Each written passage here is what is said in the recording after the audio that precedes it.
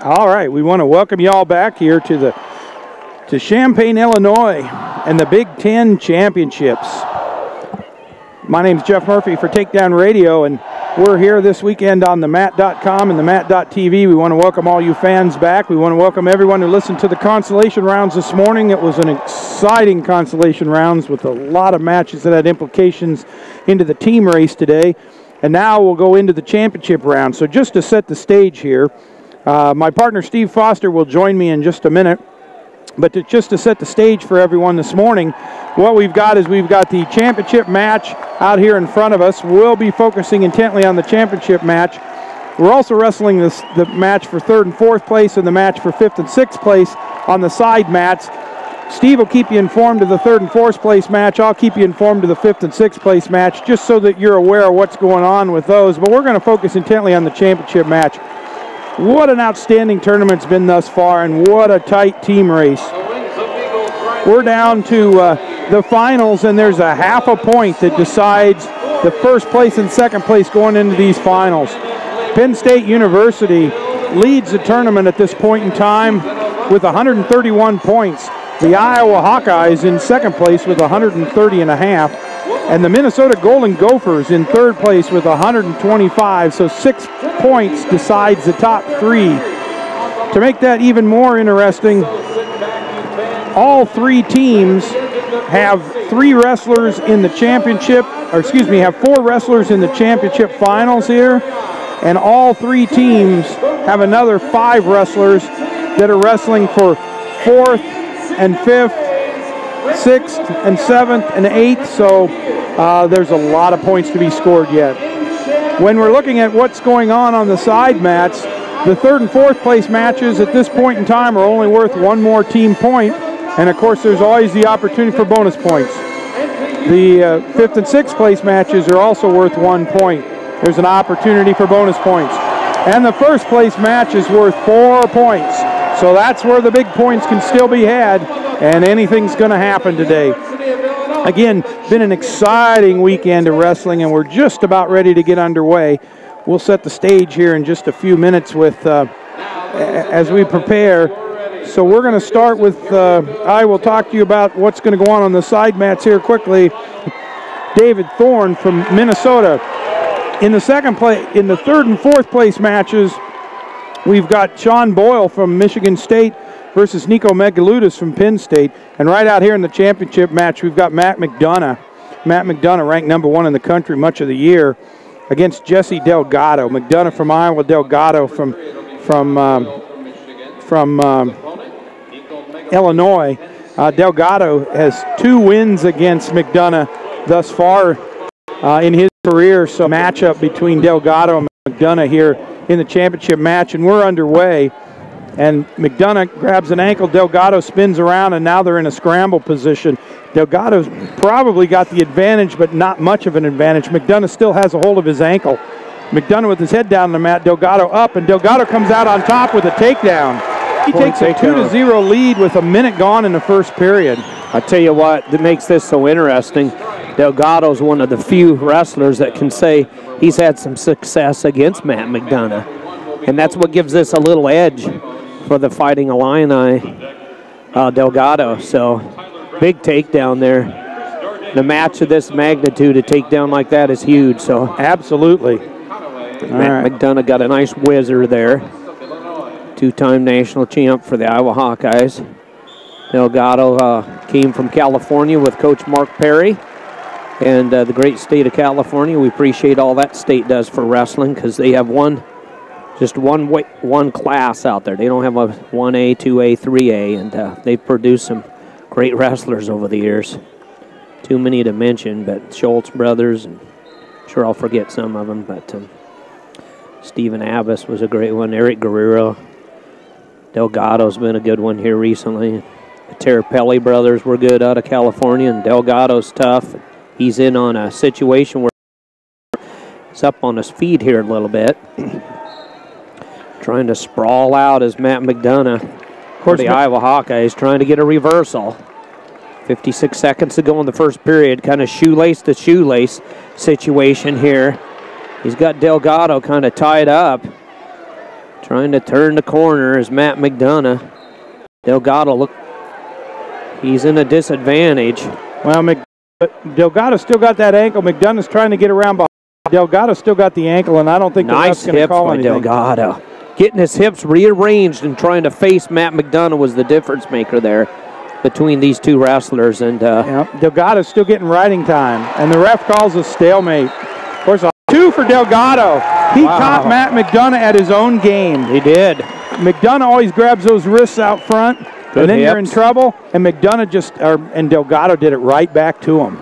Got the wrist control, got his hips in deep, got the takedown, and now leads 5-0 with 2 minutes of time. A lot of riding time, so he's in the driver's seat here. Absolutely. Stalemate helped stall against Delgado. They felt he was hanging back on the legs a little bit too much, but I'm not sure I agree with that call, Steve, but well, I believe I agree with you because I don't think it was an intentional stall, but you can't just hang on to the legs. You got to come up. So a spiral ride with a claw ride here for Delgado. Matt McDonough for the Iowa Hawkeyes trying to pull the hand away from his throat there of Delgado. Gets up, gets the escape. Now it's 5-1, and he's going to have to start stalking Delgado. He's going to have to start coming after him. But Delgado scoots right back to the edge of the mat, and I think that's where he's really comfortable wrestling McDonough. Delgado pulls both legs in. Those double legs off of there. And now Delgado's got McDonough's legs up in the air, McDonough draped over his back, and Delgado trying to split between those legs. Well, and they're right on the edge of the mat, so they're in a place where, they could scoot right off if there's a problem here. Just barely on the mat, and they're off. Wow. Great wrestling here between the Hawkeyes and the Fighting Illini. This Illini came out fighting, that's for sure. Absolutely. For Illinois, so 5-1's the score. He's going to have to keep it busy, though. He can't let McDonough just push him out of bounds because Mark Perry up talking to the ref, stating his case. Good edge of the mat wrestling here. Nice recovering there by Del. He's got to wrestle on the edge of the mat, or you can get hit for stalling, or actually intentionally going out of bounds. He does have a stall warning. Jeff Murphy? And Delgado, just a sophomore this year, out of Gilroy, California. He finished in 3rd place in the Big Ten tournament last year and finished 7th in the NCAA tournament. He's starting to remind me of one of the other all-time great California little guys, and that'd be Stephen Abbas for Fresno State back in the day. He was a great one. Delgado finished 18-3 coming into this tournament. So Matt McDonough up and out, gets escape. 5-2 now is the score. Delgado lost to Corey Clark, the Iowa redshirt, early in the season at an open tournament. Yeah, 6-0 maybe. Yep. Or I think 6-1. 6-1, yeah. Dropped a match to Jared Garnett from Virginia Tech, probably in the. Garnett's a stud. Yep. And then lost to Nico Megaludis here more recently by fall. Garnett's a stud for Virginia Tech, guys. At 125, keep track of him in Des Moines, Iowa. But look at that. Delgado in between McDonough's legs again. Grabs he likes double that same leg position, doesn't he? Switches off to the single. Puts an ankle over. He's turning in, and there's 2 more. Has got McDonough figured out. Just totally figured out. McDonough doesn't really know what to do. Thighs. He gets in there and secures 2 more points. So he's up 7-2. 7-2. 50 seconds left in this match, and he's got 2 minutes and 50 seconds of riding time, so it's effectively 8-2 at this point. He's an excellent little wrestler, 25-pounder for the Fighting Illini. Just a sophomore, too. So Mark Perry and Jeremy and the Hunter. referee now calls a stalling call on Delgado, and I don't agree with that at all. No, bad call. I don't agree with that at all. So there's 41 seconds in this. I hope that doesn't come down to impact the outcome of that match, because that was a lousy call. Perry's trying to decide whether to tell Delgado to just cut him or not. He did, and he did cut him. So, and then Delgado's in on pulling McDonough in, got his head in, splits the legs again. McDonough flops over backwards. Delgado's in on a single. Again. McDonough draped back across the body in a position he likes to be in, but Delgado's got that ankle and hanging on to that ankle. Shoelace to shoelace. So absolutely. Matt McDonough trying to kick out of there. 16 seconds left. Referee calls potentially dangerous. 15 seconds. 7-4. 3 minutes of riding time. A lot of riding time. So in essence, it's 8-4. Matt McDonough's got a lot of wrestling to go. So. Oh, and Delgado comes. I'll tell you what he does. He likes the way I'd call this, but Stieber's just tough enough that I don't know Ramos's brawling will make a big difference. But let's take a look at these outside matches, especially the one down on your mat, Steve, in the third place. Penn State. Yep, because in the third place match right now, you've got Sean Boyle from Michigan versus Nico Megaludis from Penn State. Right now, Megaludis is up 3-1 in the third period with about 30 seconds left. Megaludis also has 2 minutes of riding time, so that is big because that would be another point for the Nittany Lions. It is a big one here for Penn State. They need those points, and he's wrestling a real good-looking 125-pounder, Sean Boyle. You know, Steve, I would also like to point out that Chad Kriz, usually our compatriot up here, is down doing some camera work. Pick'em contest last night as we were thinking about these finals, and Steve, you and I did pick Delgado in that match, and Chad McDonough. So we're one up on Chris. We're one up on Kriz. Chad Kriz so far. Huh? We're one up. Okay. Well, as long as you don't have to give the point score. That's when you guys got technical. You said, Steve, now you got to tell us what the score is going to be. So, okay. Well. I'll only bring that up for fun once in a while, but we that's fun. Have to tell the Krizinator that we've got him. That's right. So Megalunas picks up points, and Iowa didn't on that. So that's big for Penn State and Nittany Lions. Yep. For fifth place, you have... I'm sorry. For fifth place, you got Nico Trigas versus David Thorne. Right now, 3-2. Nope, but Thorne comes around and gets a reversal, and Trigas gets just that fast. And so Thorne is up. Quick. Right at the end. So I think Thorne's going to win this match 4-3. He does. He wins this match 4-3 right at the end. That's big for. That's huge for Minnesota. For Minnesota. So taking fifth place would be David Thorne, the son of former All-State John Thorne. So David Thorne gets fifth place for the Minnesota Golden Gophers. That's right. So with the after the 125-pound matches, the team score now is going to be Penn State 132, Iowa 130.5, and Minnesota 126. So wow. This is getting tighter by the minute. Penn State's going to love that, though, jumping out just a little bit. Well, that was such a huge match for them with it was. With Megaludis, or with Delgado beating McDonough. I mean, Delgado's now beat McDonough 3 times in his career. And this one a commanding fashion today. Absolutely. He really was. He was in the driver's seat from start to finish. So earlier in the season when Delgado beat McDonough still retained the #1 ranking in a lot of polls. And now with this defeat coupled with the Waters defeat, McDonough had dropped to second, I think, after Waters. But I got to tell you, Delgado's got to get a 2 seed now. I'd say it goes Waters, Delgado, McDonough, Megalunas probably. Yep, that'd be my guess. Garnett will be in there too. We got a taste of him from Virginia Tech Hokies with Kevin Dresser as a coach in the Midlands. And I want to tell you something. He beat Corey Clark. I think he's going to be a future Iowa Hawkeye superstar, but he came from behind and won that thing. Won big in the finals at the Midlands, and Garnett's a name we'll be saying, I promise you. Absolutely. From Virginia Tech and Des Moines, Iowa. He's out. University Stieber with 2 falls on his way to the championship match. He's going to face Tony Ramos from the University of Iowa. Ramos with a fall and a 9-5 and a 3-1 decision in his 3 matches on the way there. Ramos never met in this finals last year with Stieber coming out on top. In the third place match, you've got Chris Dardanes from Minnesota and Tyler Graff from Wisconsin. In the 5th place match, you've got Jordan Conaway from Penn State versus Daryl Thomas from Illinois. So, again, more point implications in all 3 of these matches. And the ref blows the whistle, and we're underway, Steve. Yes, we are. Stieber, Ramos. Ramos has never beat Stieber. They've had some close matches, and Stieber's a real good technician. Ramos he's kind of a brawler. He once it turns into a hand fight and a shoving match, and just a tough kid for the Iowa Hawkeyes. Yep. And he wrestles that Iowa style, too, that we're all so used to.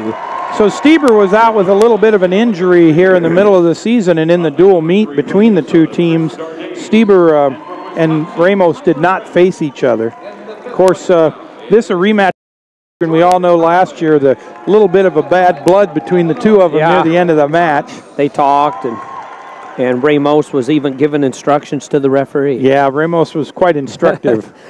He was giving demonstrations to the referee. Yeah, you can YouTube that, by the way. I got to see it in real life. I was there calling the action last year in the Ramos shuffle. Yeah, so we'll see if Stieber can keep his dominance. Yep. Point scores haven't been huge as far as dominance, but he's never Ramos yet. So one of the two Stieber brothers, actually. Yep, no score on any of the matches at this point. Collar tie here by both wrestlers. Ramos moving a lot. He's keeping his feet busy. Little reach there. Both wrestlers are reaching at the same time, really. They're trying to go after a single leg, possibly. Now, we won't divulge our choices at this point, but I can tell you that Steve and I had different ideas about who's going to win this. That keeps it interesting, doesn't it, Jeff? Absolutely. Got to have something to do in the hotel room when you get back after the his home state. He's actually an Illinois prep. Ramos is. He's from the state of Illinois. You know, the pace really doesn't surprise me too much here, Steve, because these two wrestlers are both explosive and trying to feel each other out. We were talking through the tournament. I think yesterday we were talking about two of the most explosive wrestlers that we remember, Nate Gallick from Iowa State and Tion Ware from Oklahoma. Oh, but those were some of the most boring matches you ever saw because they spent the whole time just trying to feel each other out. Mm-hmm. And they were quick, though. They'd take shots, but the reaction to the initial shots were so quick and defensive that Gallick's matches were sometimes low scoring, but actually there was a lot of action going on. Absolutely. So that's the end of the first period, and the score is 0-0. Ramos starts out on the bottom, Stieber on top at the beginning of the second period. I think the higher pace matches help Ramos. I really do. Just an update on the third place match right now. Tyler Graff from Wisconsin ahead 2-0 over Dardanes from Minnesota. Shot there by Stieber. Yep, Ramos counters and tries to come around the corner. He's got head control. That's huge for him. Ramos got the escape early in the period. They both got up to their feet. That's how come Stieber could shoot in on him again. It's 1-0 Ramos. Ramos kind of bringing it. Good hip action there by Stieber, but he's kind of bringing the action. I think it's a feather in his cap if he can keep this thing at a good pace. Yep. Keep the attacks going. So both wrestlers on their feet. Referee brings them back to the middle of the mat, blows the whistle, and we're off again. Logan Stieber is a Ohio prep and stayed right in his home state, wrestling for the Ohio State Buckeyes. His brother Hunter will be up next in the finals as well. Yep, Chris Dardanes did get an escape down there against Tyler Graff. That scores 2-1 in favor of Graff with 40 seconds left in the second period. I think Conaway still leads here 1-0. Yeah, maybe. Jimmy Conaway in the second period started down, got an escape, so he's up to 1-0 over Thomas. Ramos, there's a nice little half shot there by Stieber. He really didn't commit to it, so see here if we can. Yeah, just a lot of hand fighting, touching of the heads, back and forth in the middle of the mat. Just looking for the slightest opening, I'm sure. Really, other than that little shot there early in the period after Ramos escaped, we've really not seen anything in the way of any real shots. Just trying to southpaw and kind of square stance, too, really. I don't know if I'd call it a southpaw, I guess, but yeah. Going back to the Ware to Gallick matches, I always called those two cats on a hot tin roof. Yeah. That's what that was like. Boy, So Ramos looks like he wants to get hand control and go in, but Stieber fights him off. Two guys just tied up around the heads, and the time is running out. And there it is, the end of the second period. So through two periods, it's a 1-0 score in favor of Ramos, but Stieber's going to go down here to begin the third period. He'll start down, and Ramos on top, so Ramos trying to come across. Now Stieber needs to tie it up if he can with an escape. Reversal will be huge, obviously. Now, see, they got the score on the board, Steve, but that's not correct because they didn't give Minnesota their point for winning the up at the top. Yep, the match score. Yeah. All right, so Stieber gets away. Yep. So it's time is not an option. It's 4 seconds, so really not effective. Each wrestler with their with the escape, and now it's a battle for takedowns. see who's going to win. So Tyler Graff got an escape in his match against Dardanes. Graff now up 3-1. Both wrestlers on their feet. A minute left in that third period in that match. I get Kevin Tan to just scoot to the left there. I can tell. I think Conaway still leads 1-0 down here against Thomas. Yeah, they're just at the start of the third period. Thomas is down. Conaway has a 1-0 lead. Both wrestlers on their feet here between Stieber and Ramos. Yep. Minute left in this match, so it's shooting time. We'll see what happens here in the last minute. Both wrestlers seems like they're doing a lot of the same stuff. Yep. Conaway gets away for an escape down here in this fifth place match, and that's all tied up 1-1 in the third period as well. They've been busy. I mean, I guarantee you they've used some energy, but... Ooh. Conaway gets another takedown. Yep. Conaway with the takedown. That's big for Penn State. So he takes a 3-1 lead with a minute left of that match. We've got 25 seconds left. When Stieber is on the leg with 25 seconds, but Ramos has got a whizzer in. Real nice whizzer, deep whizzer there is Ramos. Both wrestlers sort of up on their feet. Ramos comes out of it. There very nice, Stieber, very nice. Nice recovery there by Tony Ramos of the Iowa Hawkeyes. So we're down to seconds. Both wrestlers in the middle of mat. I don't think anything. Yep, and that's the end of that. So we're going to go to overtime. Overtime in this 133-pound championship match. The sudden victory started. Had last time. Ramos with the whizzer. Same whizzer. Wrestlers in the same position they were late. Ramos tries to grab the back of Stieber's leg. Stieber pulls it away. Ramos with one hand on the mat. Stieber's got a single leg, and as you might be able to tell, we're right in the middle of the Penn State. Stieber almost on a takedown, but Ramos counters really nice. He's got a body lock here. 11 seconds left. See if Stieber can pull him to the mat, and he does. Yeah, he does. He gets the takedown, and Stieber wins the match over Ramos. It came down to technique, and when it started becoming technical, 3-1. Stieber gets the upper hand. Yep, 3-1. So the Hawkeyes' second man goes down for no points. Stieber is so technically sound. A technical match there at the end. Stieber coming out on top. Ohio State gets a Big Ten champion. And Jordan Conaway for Penn State. Just as that action happened, he won his match, so Penn State picks up another point. So now, through the 133-pound matches, Penn State has 133 points to Iowa's 130.5. Was Megalunas won. To Minnesota's 126, because Megalunas won and Conaway won. Iowa's 0 for 2 in their two matches in the finals. That really does not pick up the victory there for for third place, so they get no points to that round as well. So 133 to 130.5 to 126. Ready for this? Our last finals match, the two teams involved, what were they? The Buckeyes and the Hawkeyes. How about this one? Well, how about the Hawkeyes and the Buckeyes? So here we go, guys. We're going to see another Stieber, Hunter Stieber, Logan's younger brother, Hunter. Yeah, heavier and younger. Yep, absolutely. Hunter Stieber versus Mark Ballwig. Now, Hunter Stieber hasn't smoked through this tournament quite as well. He was 10-3 in his first match, 10-2 in his second, but then last night he ran into a really plucky Brandon Nilsson from Purdue. Sure did. Wound up winning 10-8 in sudden victory, so Hunter moved into the finals there. Ballwig with a really nice tournament. Ballwig with a fall in the first round, a 6-1 victory in the quarters, and then in the semifinals he wrestled Nick Dardanes, the other of the Dardanes brothers. He won 3-1 in sudden victory last night. So Stieber and Ballwig facing each other. I'll see if I can get a little history here for you, Steve. For third and fourth place, I believe we have Dardanes and. Yeah, you've got Nilsson. Yep, Nick Dardanes and Brandon Nilsson for third, and you're going to have Greco and Pearsall. So again, you're going to have another Greco from Northwestern and Pearsall from Penn State. So you're going to have Penn State, Minnesota, and Iowa all with wrestlers on the mat at the same time. It's going to be very important for team races that they. So, but yep. And of course, in between matches now, we're going to have the medal ceremony going on off to our right.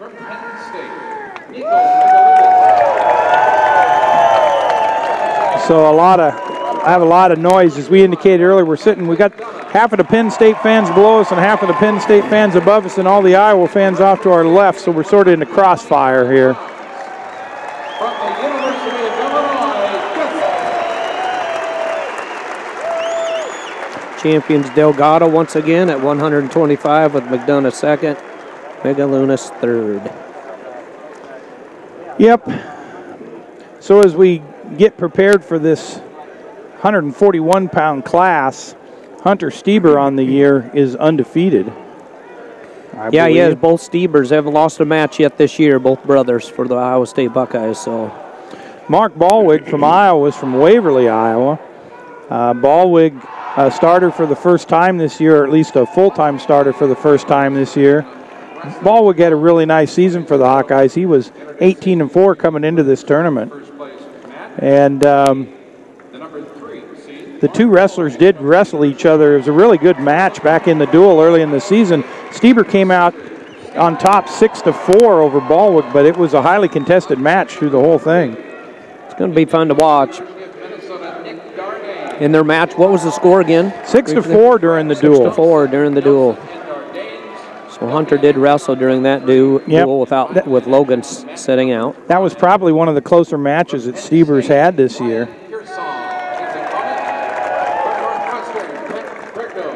So we got Greco and Pearsall, and we got Dardanes and Mr. Nielsen. And the referees blow the whistle on the side mats, and they're ready to go. We're waiting for the Dardanes TV on gets the a quick mat. takedown on Nielsen. So yeah, Nick Dardanes down there. Nelson wrestled, as I indicated earlier, a really good match against Stieber, losing 10-8 in sudden victory. So yeah, Nelson's tough. Brandon, right? Yep, Brandon Nelson. So that could be a real barn burner down there. He's up and out already. You called it, Scott. So 2 to Jeff Murphy. 2-1, and now the championship match. Jeff Murphy, set the stage for us. Well, so you've got both wrestlers out in the center, and Stieber immediately in on a single leg.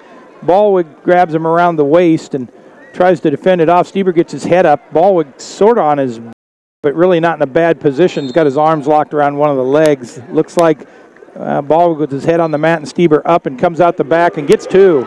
Big takedown there for Hunter Stieber and the Ohio State Buckeyes. Looked like Stieber knew exactly what he wanted to do when he started, and Ballwig was a little uncertain. There's your scores up there. Yeah, so the score, as I said, Ohio State broke the century mark. Ohio State has 100. Ohio State in 4th place now. They still didn't give that extra point to Minnesota. Yeah. No, he didn't. I'll take that back. Thorne and Trigus. I thought Thorne beat Trigus. I may be off by a point. I think he did, but I know it had some controversy going on. 2 minutes, 10 seconds to go. Hunter Stieber with the official initial here. Yeah, or tight waist, pardon me. Yep, tight waist. Stieber just really putting the pressure on him. Ballwig can't get up to his feet. Putting a lot of pressure on that upper body. Outside stand-up attempt here by Ballwig. They're on the edge of the mat. Minute and 30 seconds to go. But Dardanes fights him off. Ballwig match, and we got an escape. Yep, Ballwig with a nice escape. So a minute and 25 seconds left in the first in favor of Stieber. Ballwig sticks his hand out. Stieber immediately grabs wrist control.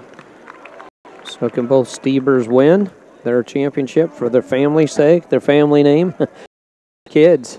Two very tough kids. Like just kind of tripod stance. They both are doing the tripod stance. And a little Brian Snyder flashbacks. He was the best at that back in the day for Nebraska. But you got to use that. You got to shoot from that.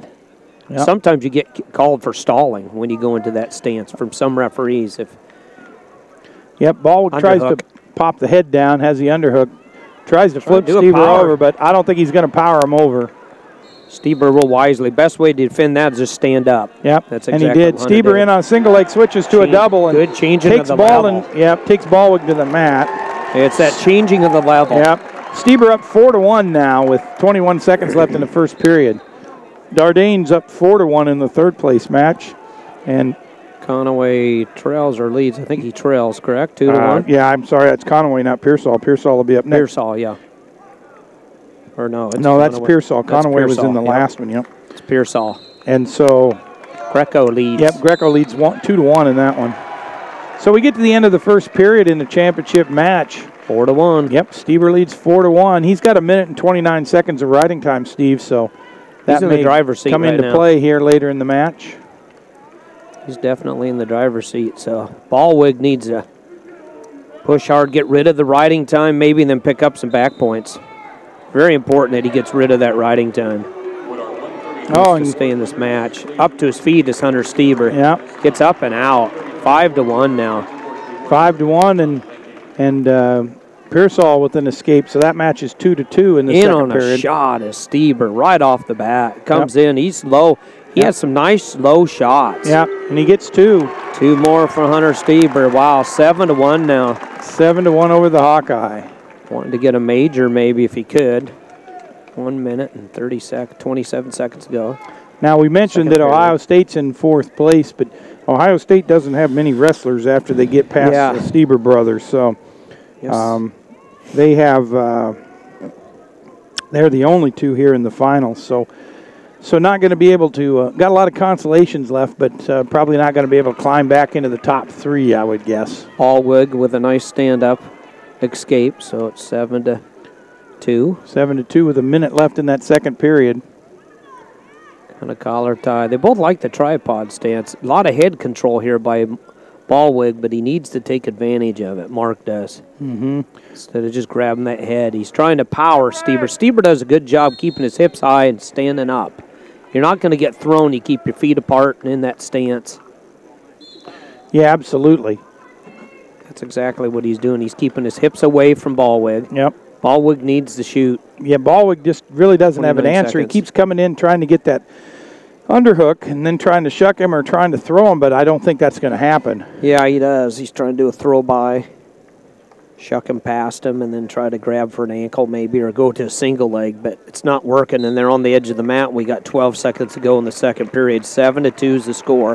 1:50 seconds riding time in favor of Hunter Stieber. So a nice shot there again. Those low shots by Hunter Stieber. He comes in there so low on those ankles and knees. Ballwig's got a really tight grip around one leg, so I don't think Stieber's going to get the 2. To roll him. Nope, so the period ends and Stieber's still up 7-2 at the end of the second period. Hunter was obviously in a scoring position. Yep. We're going to go to the third period down here on that 5th place match. It's all tied up 2-2 going into the beginning of the third period. Both wrestlers start on their feet for the third period between Pearsall and Greco. And they had a big timeout in the third place match, just getting back underway at the beginning of the second period with a 4-1 lead for Dardanes from Minnesota. Out is Ballwig, so 7-3, but right in on a shot on that low single again is Hunter Stieber. He doesn't want this to turn into a stalemate, I won't think Stieber wants, so he needs to come out of this, cut his corners, or turn into Ballwig. Ballwig has a good job trying to turn these into like a gator roll or shoelace to shoelace situation. And yep. Referee blows the whistle, says there's a stalemate. Let's start over. Both on their feet. 1 minute and 30 seconds left in the second. Another shot is Stieber. Low shots again, coming in there low on the leg. They've been in this position about 3 or 4 times. Stieber, Ballwig just does a good job of not allowing Hunter Stieber to finish what he started. Yep, Ballwig's got one ankle. Stieber's almost all the way around, but Ballwig's bound determined he's not going to let go of that ankle. Tries to put a knee in the middle of Stieber's back to peel him off, but the referee says, okay, we're going to call a stalemate and start back again on your feet. 1 minute and 12 seconds left in this match. Ballwig needs to be doing the shooting here. Yep, and we're really not seeing much of a shot at all from Ballwig. Underhooks and that's about it. A lot of hand fighting going on right now, I'm sure. Yep. Mark Ballwig just trying to find an avenue. He has not been able to get to Hunter Stieber's legs. Hunter does a real good job of keeping his feet way out of range. He's got long legs for a 141-pounder, so Ballwig's just tried to get all of his takedowns from upper body situations. Head control. And there's that low shot. Yep, Stieber shoots in on a leg, on a single leg. Man, that thing's low. That's almost a John Smith low, you know. Ballwig tries to counter. He's got Stieber's head down. Stieber raises his head up, splits the legs. Almost call that a hydroplaning low shot. I mean, you're just barely off the surface of the mat. Stieber trying to work his way out the back door. Ballwig has a hold of an ankle. Stieber kind of lets him back down. There's 8 seconds left in the match. I think it's going to finish in this way. So that's it. A lot of riding time there. So Stieber wins it 8-3. Yep. Both Stiebers win. 8-3. We're in overtime down here on mat number 5, just starting the sudden victory. It's 2-2 between Pearsall from Penn State and Greco from Northwestern. So big win for Ohio State. They get 2 Big Ten champs back-to-back for the Ohio State Buckeyes. Yep, and Iowa has now gone through 3 of their 4 championship round wrestlers, and they've got no points out of them. So, because you really would have thought St. John would have been in this situation at 157, 157 coming up, but St. John lost, but he did get some bonus points for him in his other match with a pin. So. Oh, and Brian Pearsall with the big win with a takedown in overtime. 17 seconds left in that match. He takes the victory, and so he finishes 3rd for the Nittany Lions and picks up another point for the Nittany Lions. So they slowly creep their way up. Kind of trying to keep it out of reach if they can. 134 points there for team of Penn State. Yep, I said wrong. He finished 5th in the 3rd place match. You've got Chris Dardanes against Nelson. Or Nick Dardanes, I'm sorry, the older brother. Nick Dardanes just picked up 2 more. Heavier brother. And yeah, he's got an 8-2 lead over Brandon Nelson. Yep. And there's Purdue, the Purdue Boilermakers. Right at a minute left in that match. My alma mater, Purdue. Your alma mater, huh? Purdue University. All right. Yeah. So. And Dardanes picks up Nelson, throws him back to the mat for 2 more. He's now up 10-3. And Dardanes thumped Nelson a little bit. Nelson's kind of laying face down on the mat. Kind of got face planted there a little bit. Yeah. So. I mean, nothing illegal or anything, just thrown pretty hard to the mat. Right. I should say my alma mater's Iowa State, Purdue. That's where I took my entomology courses anyway. Kind of doubled up a little bit there. West Lafayette and Ames. Ames is a lot closer, so I'll call that home, I guess. Yeah. But Nelson really got dinged there by Dardanes, like you said. Yeah. Threw him back down to the mat and so rung his bell. Nelson's got Dardanes has a 10-3 lead and has a 2 minutes of riding time. And so, what are we calling now? 10-3. I'm not sure what the referee's calling. Looks like injury time's over, and we're going to start here. So I will go back to that 133-pound match, and Steve, you and Chad got one up on me on that one because I had Ramos in that one last night in the little pool we had. Yeah. Stieber can probably just about, it's just the technique, I think, that's the difference between that. You know, I don't know if he has a lung advantage. Ramos's motor is fantastic. But that's just it. I just think, they spent so much time filling themselves out, and then it came down to got to go, and I know that just makes Tom Brands irritated because he wants to see him go out and get that takedown and dominate. Not Ramos to beat Stieber. I just got news for he needs to just shoot. Yep. He's got to turn it into a brawl and just keep the pace at a extreme high pace. Because Logan Stieber's got good lungs and great technique, and we got another takedown by Dardanes. Is that right, Nick? Well, he did. He picked him up and took him down. He's up 12-3 now, so he's got the major decision. At 13-3 with the riding time here and 10 seconds left in the match. So he's going to have the major decision, which is important for where they're at because that major decision is worth an extra point for the Minnesota Golden Gophers in this team race. Again, the Gophers haven't had their big guns out on the center mat yet. Yeah, they're real strong in the upper weights, and so is Penn State. So, they could pass Iowa here. So they've got so that's the match.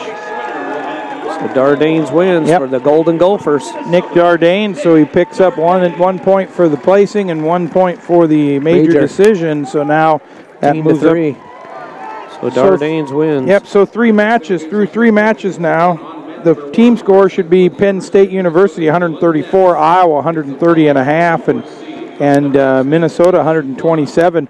Steve, the momentum may have shifted here, and there's a real possibility that Minnesota could surpass Iowa for second place They're here. just so strong in these upper weights.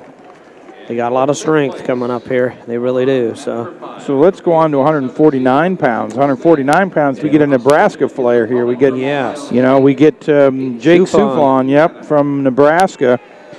He advanced to the finals here with a win over Dylan Alton from Penn State early on, 3-2, 10-6 win and an 11-5 win over Ian Paddock to get into the finals. On the bottom half of the bracket, you've got Dylan Ness. Dylan Ness with a 9-3 win in his first match of fall, in his second match, and a 10-9 win over Osterman from Michigan State in the semifinals. So Souflon and Ness out there right now. In on a shot is Ness, and we've seen Ness on his back 2 or 3 times this tournament, and then he ends up with a pin or a win. Obviously, he's undefeated in the tournament, or you don't get it to the finals, obviously. But we've seen him in trouble, and it usually was right off the start twice, but it's nice to see him do a good, quick shot there for his sake anyway. Yep.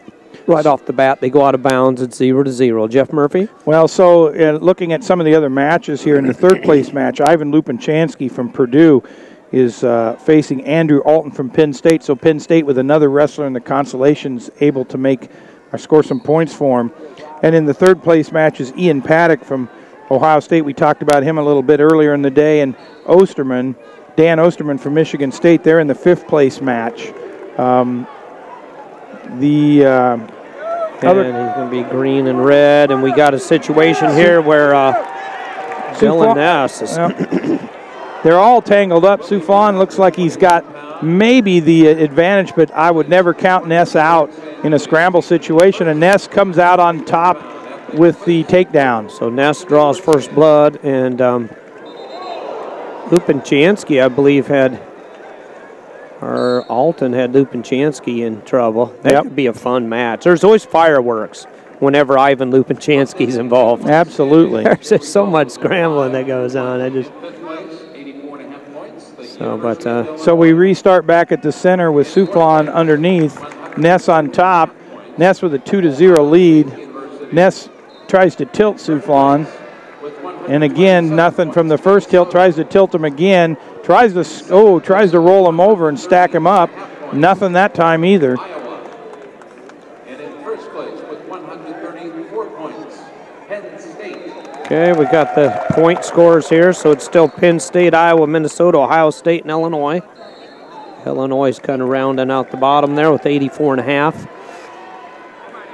I think that probably lines up about exactly what Jeff Murphy has, guys. Absolutely. He's our mathematician. Boy, Lupinchanski. Yeah, and Alton's trying to throw him, but Lupinchanski will have nothing of that. And he loves the upper body stuff, Lupinchanski does. And we'll see what happens here. He's so unorthodox. Snakes out the back. Wow. The stuff he does. Quite a scramble. And Souflon tries to take Ness down to his back, but boy, Ness is in a situation where he's got to come across. Ness has kind of got a leg, forearm cradle. I don't know. He locks around the leg in the single leg, and Ness has his head down on the mat, so probably not going to get anything out of this, I don't think. But big scramble. Between Ness and Souflon in the championship, Nebraska, Minnesota, great scramble going on. He had Lupinchanski and Alton in a great scramble.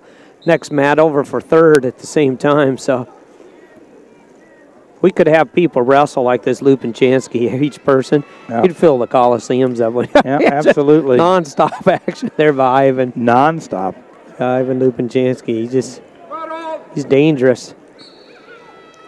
He's a freestyler from Russia. Came in and moved into West Lafayette and wrestling for the Boilermakers. And we got 2-1. Who's going to get the choice? I believe Ness gets the choice.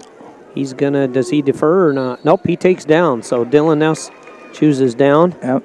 2-1 score at the beginning of the second period. Souflon will start on top. Mark Manning and Brian Snyder in the corner. And Luke Becker in the corner for Minnesota. National champion for them up in the Pepsi Arena in Albany. I remember absolutely. Becker.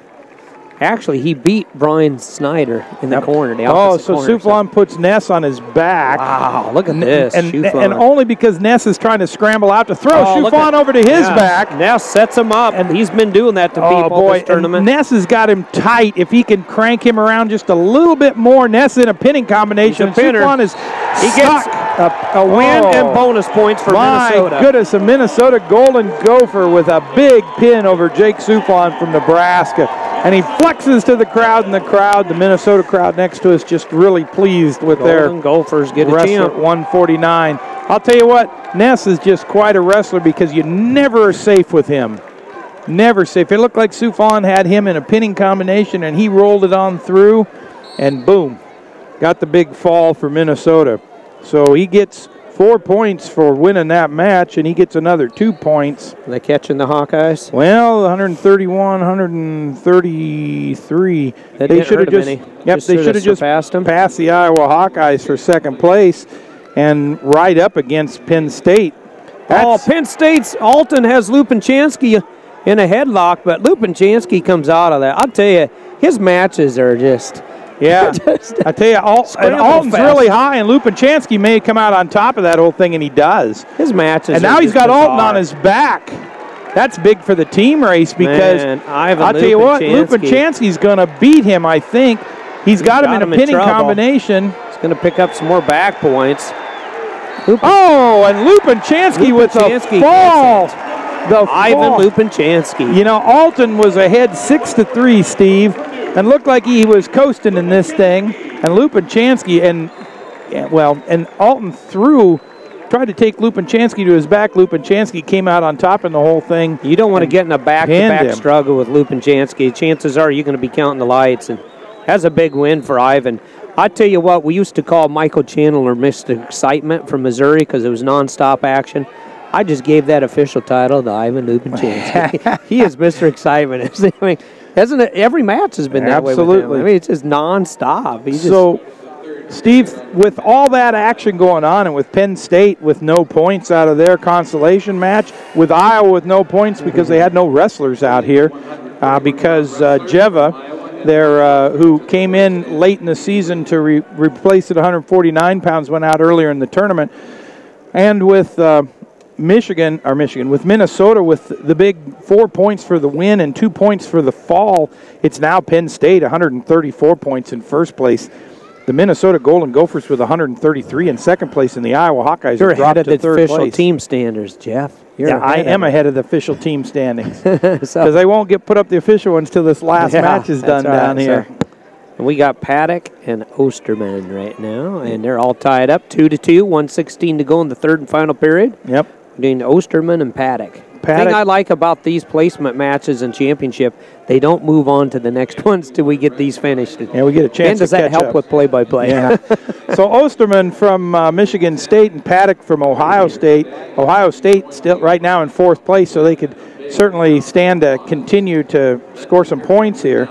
2-2, been a really nice match down here. Not the fireworks that we saw in the other two mats, though, Steve. Isn't that the truth? Osterman had a really nice turn. Well, so did Paddock. Paddock wound up knocking off the #1 seed, Eric Hollis from Michigan, early in the tournament, back in the first round. And then he fell to Souflon. 7-4, yep. Osterman had some really nice matches as well. Osterman beat Lupinchansky early, and then he fell to Dylan Ness 10-9, but really, really close matches in both of them. Alton just found out Lupinchansky, defeating him is not an easy task. He was the #2 seed, actually, Lupinchansky was, so... But takedown there by Osterman. Went up 4-3 and escaped by Paddock. So Osterman from the Michigan State Spartans right now leads Ian Paddock. Paddock's really got a leg that's heavily taped. His right leg is. So just like I got a feeling they use a whole roll of tape maybe on that one leg. It looks like a solid bendable cast almost. So it's 7 seconds left in this match. Headlock attempt there. Nice little throw by. It's kind of a slip, but... Yeah. So Osterman with the win, 6-3 over Paddock. So Ohio State does not collect any additional points there, but Michigan State does. So some more points for the Spartans of Michigan State and Osterman. 6-3, so... Steve, you guys are kicking me because I had Souflon in that match too. So did ya? Yeah, you and the Criz, you guys were the predictors last night. Dylan Ness is dangerous, but, you know, he's had a tough season. He had some injuries, and that was unfortunate for him, but he's still young, too. Yes, he is, but I'll tell you what an exciting wrestler. You never know what you're going to get because he's I got a taste of him the first time. I think he was wrestling Nate Carr Jr. in the quarterfinals at the Midlands, and he came out on top. I'm going to say it was 12-11 maybe. Yeah, Nate Carr Jr. and Dylan Ness had a great match. Nate Carr Jr. at the time was a senior, though, and a redshirt freshman, so I knew this Ness was going to be something special, picking up where his brother left off, really. Absolutely. So let's go to the 157-pound match and talk about that, Steve. On the top half of the bracket, we've got James Green from Nebraska, two wrestlers from Nebraska back-to-back. Green had an outstanding semifinals match last night where he beat number 1 seed Derek St. John 5-1 or 5-4. Green is really quick, and he's got a really good takedown. Reminds me a little bit of Jordan Burroughs in some of that quickness and some of that takedown. Looks like the two young men probably wrestle a little bit from time to time. It's going to be important he gets an initial takedown or starts fast. At the bottom of the bracket is Jason Welch. Jason Welch from Northwestern. Welch seeded number 2 coming into this tournament, seeded number 1 in the country in some of the polls out there after St. John slipped and lost here in the national duels 2 weeks ago. He's a scrambler. Yep. As we look at the third place match, Derek St. John is in the third place match. He's wrestling Josh Demas from Ohio State University. And in the fifth place match, another Penn State wrestler, the other one of the Alton brothers, Dylan Alton. He's going to wrestle Danny Zilverberg of Minnesota. So again, here's a head-to-head matchup between the Gophers and the Nittany Lions that can really say a lot about the team race at this point in the game. It's going to be important for Dylan Alton or Zilverberg to win that match for 7th place. Right now, Welch and Green, neither one scored here yet. So Welch is he's not bad on his feet, but we've seen that Green's got a real good double leg. Yeah, we talked about this last night. You know, where St. John really does a good job of countering, and Green really never put himself in a position where St. John could get that counter well. So you're looking at another similar type of a wrestler in Welch who's long, and so Green matches up well with him if he matches up well with St. John. Another Californian in the finals here, Jason Welch being out of the state of California as well. So coming clear from the West Coast to wrestle for Northwestern, and then seeing him in the finals in a lot of tournaments through his career. He's had a stellar career for Northwestern Wildcats. Real good in the books, too. They say he's excellent in the classroom, and just all-around type of kid you want on your nice young man you want on your team. Absolutely, Steve. Green just kind of, I think it's important Green gets initial takedown in this first period. At least that'd be my advice to him as a coach. Green is out of Willingboro, New Jersey. I'm sorry, out of New Jersey is his hometown. He's a sophomore. Last year, state is Jordan Burroughs. Yep. Last year he placed 5th in the Big Ten and 7th place in the NCAA tournament. So he's an All-American. Yeah. He has coming into this tournament. He had an 18-3 record on the season. He did lose to St. John earlier in the season. He lost to Dylan Alton early in the season and lost to Jed Moore from Virginia. So they must have not dueled or met each other in the duel, Green and Welch. I'm not sure that I'm not sure the two teams actually wrestled each other. Yeah, they might not have dueled. No, I'll take that back. James Green did. James Green beat Jason Welch 9-8. 9-8 in the duel. So they met early in the season. I think, was that in Lincoln? Does it say?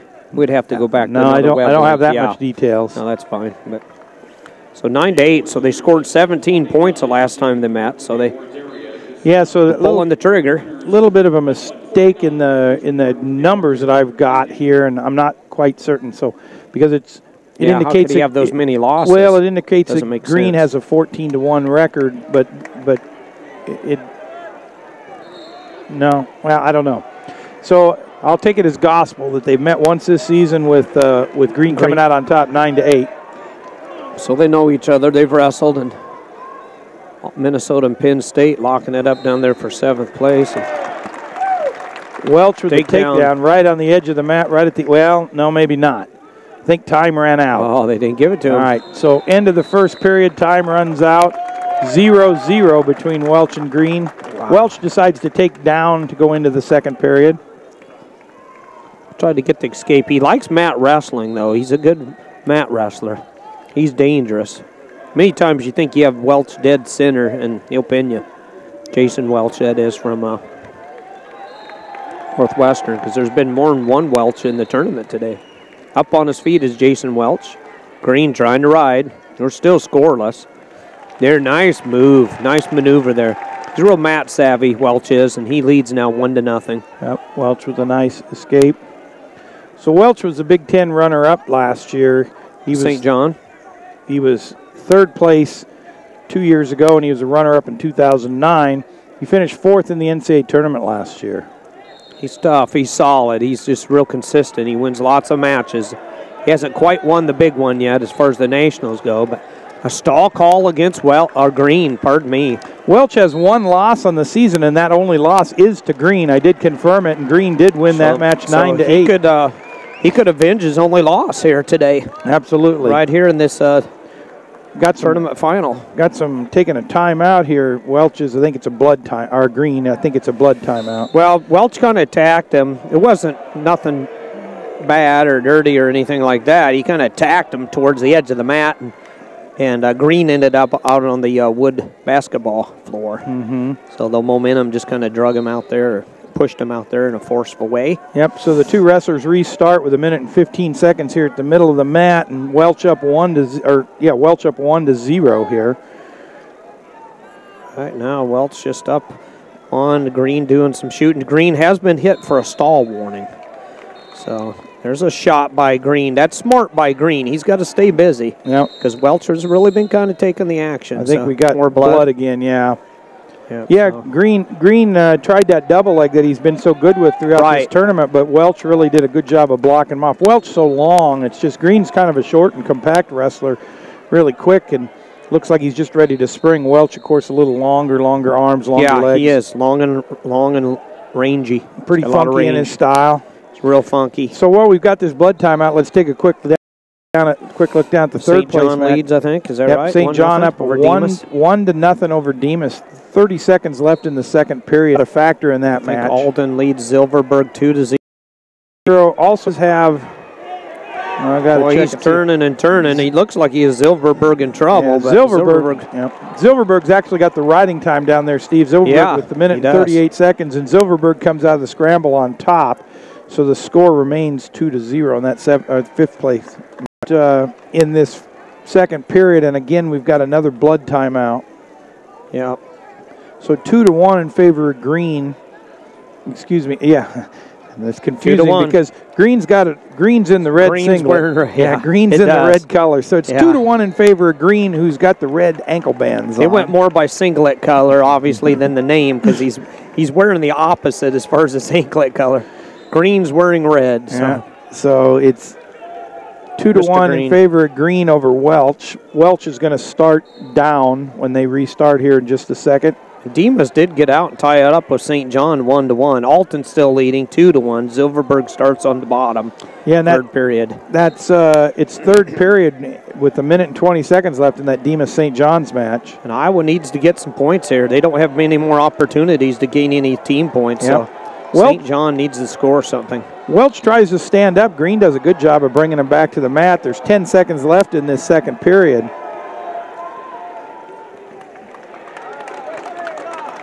Welch will start on top. Green on down. Green on Silverberg. Top, Silverberg turns Alton, and Alton's in danger of being put to his back. On his back. And Silverberg's going to come out of this scramble. Does he get a point, or I'm not sure. Needs to get an escape or a reversal is what he stands up. I think he's got. I'm not sure. Maybe he has a reversal. He gets a reversal. He's got Alton on his back. He's got back points, too. Absolutely. Wow. And they slide to the edge of the mat. Alton should have bailed out there. Yep. Went to his stomach, kept it at a tie. 30 seconds left in that match. We go back to the center. It's a third period, and Welch starts on top in the third period. And Green scrambles and scrambles and scrambles. Big move by Welch, trying to. Welch really high. He likes some of that stuff, though. When it's a dangerous situation, more times than not, Welch comes out. But big win there by Silverberg over Alton. Silverberg. Alton had led that match clear up until the very end. Silverberg with a 6-2 win at the end of the match for 5th place. So Silverberg from Minnesota picks up more points for them in the head-to-head with Penn State. Strong last name there for the Minnesota Gophers. And a reversal by Green, is that right? Or he gets 2, so now 4-1. Oh, but Welch Jason just gets his own Absolutely. Gets his own reversal. 4-3 now, a minute and 15 seconds left in the 3rd period. And Derek St. John's finishes 3rd. He beats Demas 3-2. So Iowa does get the some Iowa more Hawkeyes points. get the point. 131.5. So we'll go back to this St. John match, or excuse me, this Welch and Green match. 55 seconds left. Welch on top. Welch trying to crank Green over. Man. He's got a toe and pulling that trying to knee do a up. bent leg Turk. He's just got him deep here. Yeah, but he doesn't really even have the Turk in. He had both legs up high. He's just pulling that leg over. But it's an old Bertolino move. Yeah, but Bert you got used to do that. You got to do something with it. You got to bring it up and over, and then go for the arms and get the sort of a bow and arrow type thing. Now Green with more blood. Green with more blood, so we'll see what happens with that. But while we take this little time out for blood, with that win, Danny Silverberg pulls the Minnesota Golden Gophers into a tie for 1st place with the Penn State Nittany Lions. Big, man. 134-134, so Minnesota really capitalizing on their opportunities at this point. Smart wrestling by the Golden Gophers. So we get back to the center. We start. 40 seconds left in the match. Welch on top, Green underneath. Green up 4-3. He's got to turn Green somehow. Welch does.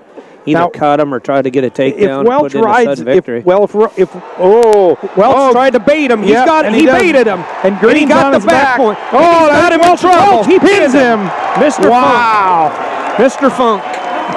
That was huge because you're exactly right. He baited Green into starting to come up. Green started to come up. Welch locked him up and threw him to his back. We've been watching Jason Welch do that since he was a freshman. Yep. I was just about to say that if Welch rode him out, he could tie it up with riding time. It was going to be great, but oh my goodness. There he goes, Northwestern Wildcat. He's been a great one for him over the years. It's been fun to watch. Your Big Ten champion. Big win for the Northwestern Wildcats. Absolutely. And Coach Drew Periano. Exciting, exciting. Well, as we'd indicated before that match. I'll tell you what, when you wrestle Welch, just be careful because if it's looking like it's getting too easy, he's setting you up for something. It's kind of like that Pete Galea we keep saying, if he gives you a leg, don't just go grab it because guess what? It's kind of like, and he was setting Green up for it. Yeah, you could see. The only reason I called it before it happened is because I've seen him do it. Yeah, well, he kind of let off of him a little bit, let up the pressure, so Green would come up into the right position, and Green did, and he nailed him. Pancaked him over. Kind of pancaked him over, kept his leg up in the air and elevated him. And so as we'd indicated during the blood timeout, right now, after the 157-pound match, halfway through this Big Ten championship, we've had some changes in the team scores here. It's really knotted up tight. Penn State with 134 points still in first, but tied for first now with them is the Minnesota Golden Gophers with 134 points. Right behind that, 2.5 points behind. How are we doing on our predictions? The Iowa Hawkeyes with 131.5. And here's the predictions. Let's see. I think, well, Chad didn't do so good. He had Green. You and I had Welch on that one. So right now in the predictions, you're leading us, Steve. Am I? Uh-oh. Yeah, Steve-O is 5 for 5 thus far. I'd just like to point that out. I think that all is going to fall apart now because you got to give points on things now. Yeah, I know it. You guys made it hard last night. So, oh man, I won 2 years in Omaha. There was 30 media people that got a vote, and I won the media contest out of 30 entries, and that included Roger Moore, J. Carl Guyman, some of those guys. So, but I think some of that was coin tossing, though. I admit I was coin tossing a little bit there. Well, we talked about how this team title race has kind of gotten a whole lot tighter. And, now we're at the point where Penn State's got their big guns coming in. They do. Yep. And Minnesota. Both those teams are real tough up high. So. Because Penn State's got their finalists at 165, 74, 84, and 97. Minnesota's got their finalist at 84.97 in heavyweight now. Yep, 134, 134, and 131.5. Iowa's been stuck on that 131.5 all day. They have. They're sort of having a budged. Now, got Lofthouse out they got there. they were stuck on 130.5 all day, but then so I'll take that back. McDonough went down, Ramos went down. But St. John scored a point for him with that win, so they did get a point out of the deal. Ohio State in fourth place with 104 points. Looks like they pretty well got that fourth place wrapped up at this point in the game. Fighting Illini, the host team, is in fifth with 84.5, and they got a finalist coming up right now. Yep. Illinois does. So Conrad Pulse, real powerful against the Mr. David Taylor. Yeah, so let's set the stage here real quick. David Taylor with a really nice tournament. Tech Fall to get into the finals. Conrad Pulse with an 8-2 win and a 7-1 win to get into the finals. If you look at the third place match, you've got Nick Moore from Iowa versus Cody Yon from Minnesota. And in the fifth place match, you got Taylor Massa, Harger from Northwestern. But Casey Cunningham won a national title for the Central Michigan Chippewas too, as well back weight class too. So yeah. Got some good 65-pounders sitting in the corners right now. So, but yep. All right, so we're off to a start here on both of the third place and fifth place matches, but still waiting for the TV to come back to do the finals, to do the championship match here. So we got Iowa and Minnesota, Nick Moore against Cody Yon. Yep, absolutely, and that's in the third place match. So obviously important for the team race here, with the race as tight as it is, as we are. But again, as we were talked about before, just a few minutes ago, it's really Minnesota and Penn State still have all their big guns left to go. Minnesota did a fine job with Ness. So good at the upper weights. Minnesota with 3 more championship matches here, and Penn State with 4 championship matches to go. So, yeah, it's going to be fun to watch. This will be a good match. So, Conrad Pulse came up short. Do we have the final score of that one maybe when they met before? I know Pulse had Taylor on his back and a pinning.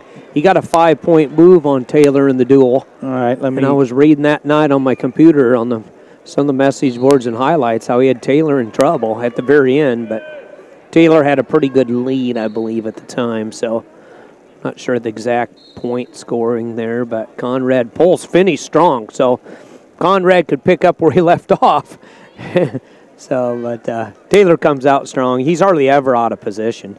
When I first read that he got a 5-point move, Conrad Pulse did on David Taylor, it made my ears kind of perk up. I had to watch that for a little bit. But yeah, David Taylor wound up winning that match 13-7 over Pulse. So he was up 13-2 then at the time, apparently, after the 5-point move for Conrad Pulse.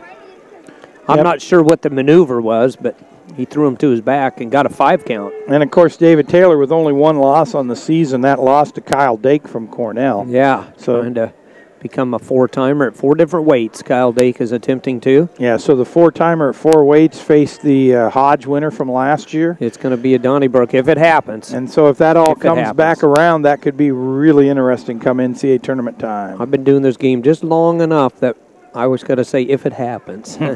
It's not over till it's over. There's a lot of 165-pounders. If they get the opportunity, they'll step in there and mess all that up. I promise you. Absolutely. So Taylor and Pulse just sort of out there, take the first minute of the match and sort of feel each other out. Little different for David Taylor because usually he's scoring points immediately. Some of those guys that spoil stuff too are only the big names from big conferences. The one guy I think I'd be aware of if I was a 165-pounder, if you happen to be listening to me, is Steve Monk from North Dakota State. Yeah. He could be dangerous. Because he could catch you in a cradle. He's a cradler like a Ed Ruth. He can cradle you from any position.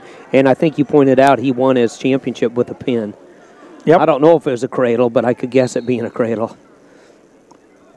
We're scoreless right here between Conrad Pulse of the Fighting Illini. Yep, in that third place, Taylor. In that third place match, we're already into the second period, and the Minnesota wrestler Cody Yon up 1-0 over the Hawkeye Nick Moore. now. Nick Moore got tech-falled, in the first period, I think it was, or 2 minutes and 37 seconds. Yeah, David Taylor got a tech fall in the semifinals. Yep, Taylor just sort of ate him up. He was on a roll. Of course, Taylor had 2 tech falls coming into the finals, so. Mark Perry has said for years if he could get this Conrad Pulse to wrestle like he does in practice, because he rolls with Mark Perry all the time. He said, I work with Conrad every day. He said he could really go all the way. He loves Conrad Pulse. Yep, so. And he's up on his feet clapping his hands. 50 seconds left. Pulse in trying to do a single leg. Taylor fights him off. Taylor tries to counter with a single, and Pulse fights him off. They go off the mat. Nick Moore in deep on a single leg on Cody Yon. No points yet. Jan's got him around the waist really tight. And Taylor gets cautioned for jumping the gun here a little bit. So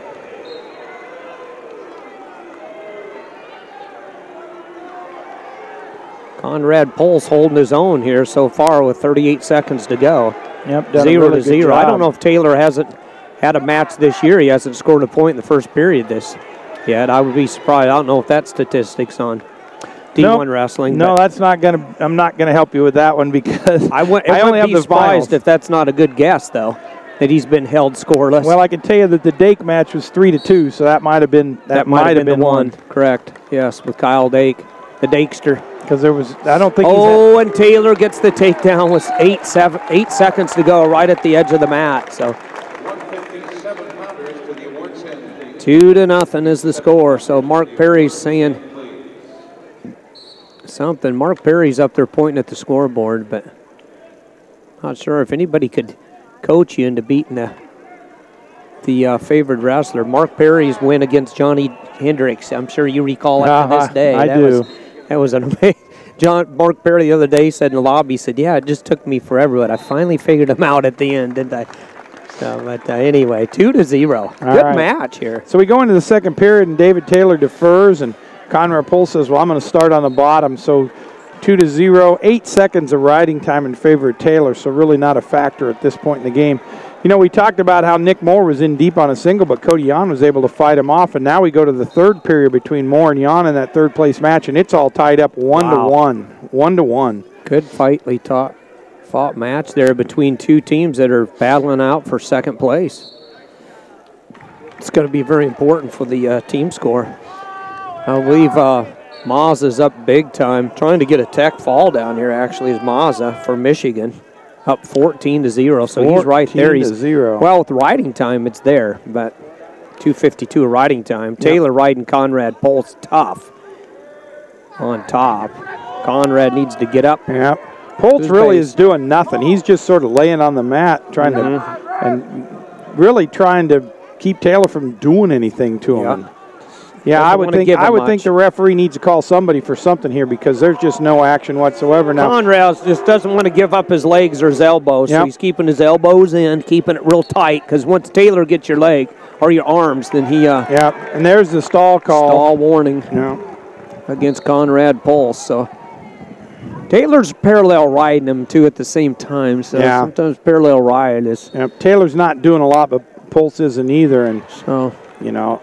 Now Taylor's got a tight waist on trying to tilt him. There he goes with the tilt. And Pulse knew that was coming. Yeah, and Pulse was able to fight out of it. Taylor doesn't get any points out of it. Well, that's why Conrad's bellying out. He's staying on his stomach because he knows Taylor's going to tilt you. Doesn't make for an extremely exciting match, though. Yeah, that's true. Yeah, so... Yeah, David Taylor. I think the referee's got to hit Pulse one more time with the stall because he's just not doing anything. 23 seconds. And now Taylor trying to tilt him one more time. Nothing yet. So, on the edge of the mat is Conrad Pulse. So, Pulse trying to come up to his elbows. If he can just keep his hands busy even down there, just look like he's trying to. And that's exactly what he's doing, Steve. He looks like he's trying to do something. And Taylor's got his hips sealed to the mat. Now he's up. A lot of that stuff, you're talking to the ref without saying a word. No, I know. He just got to look busy, you know. So we get done with that period. Taylor gets 2 minutes of riding time, so 2 minutes and 8 seconds of riding time now. We go to the third period. Taylor on the bottom, Pulse up.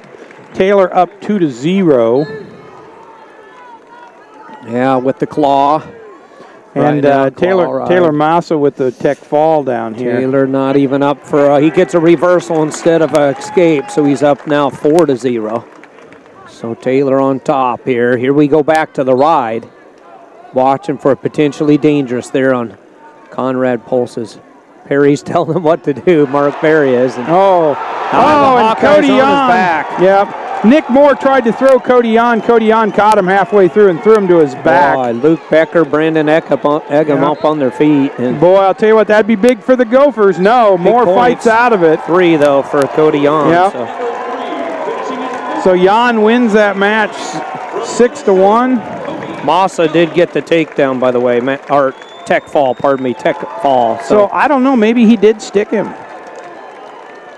6-1. Well, maybe that was probably in the overtime. That's the back point. So it was 1-1, and then it was in overtime. So Yon, Minnesota gets more team points. Jeff Murphy. Yep. So Yon's going to get a point for Minnesota. So they're going to move up to 135. So we'll just have to see what happens here with David Taylor. 5-0. Taylor's up. Now you get a stall. Yeah. Warning against Conrad Pulse. So it's 6-0 now in favor of Taylor. Taylor riding those arms real tight, real tough. Yeah, 50 seconds left in this match. Pulse just knows if he gives him an edge, he's going to get tilted. Yeah.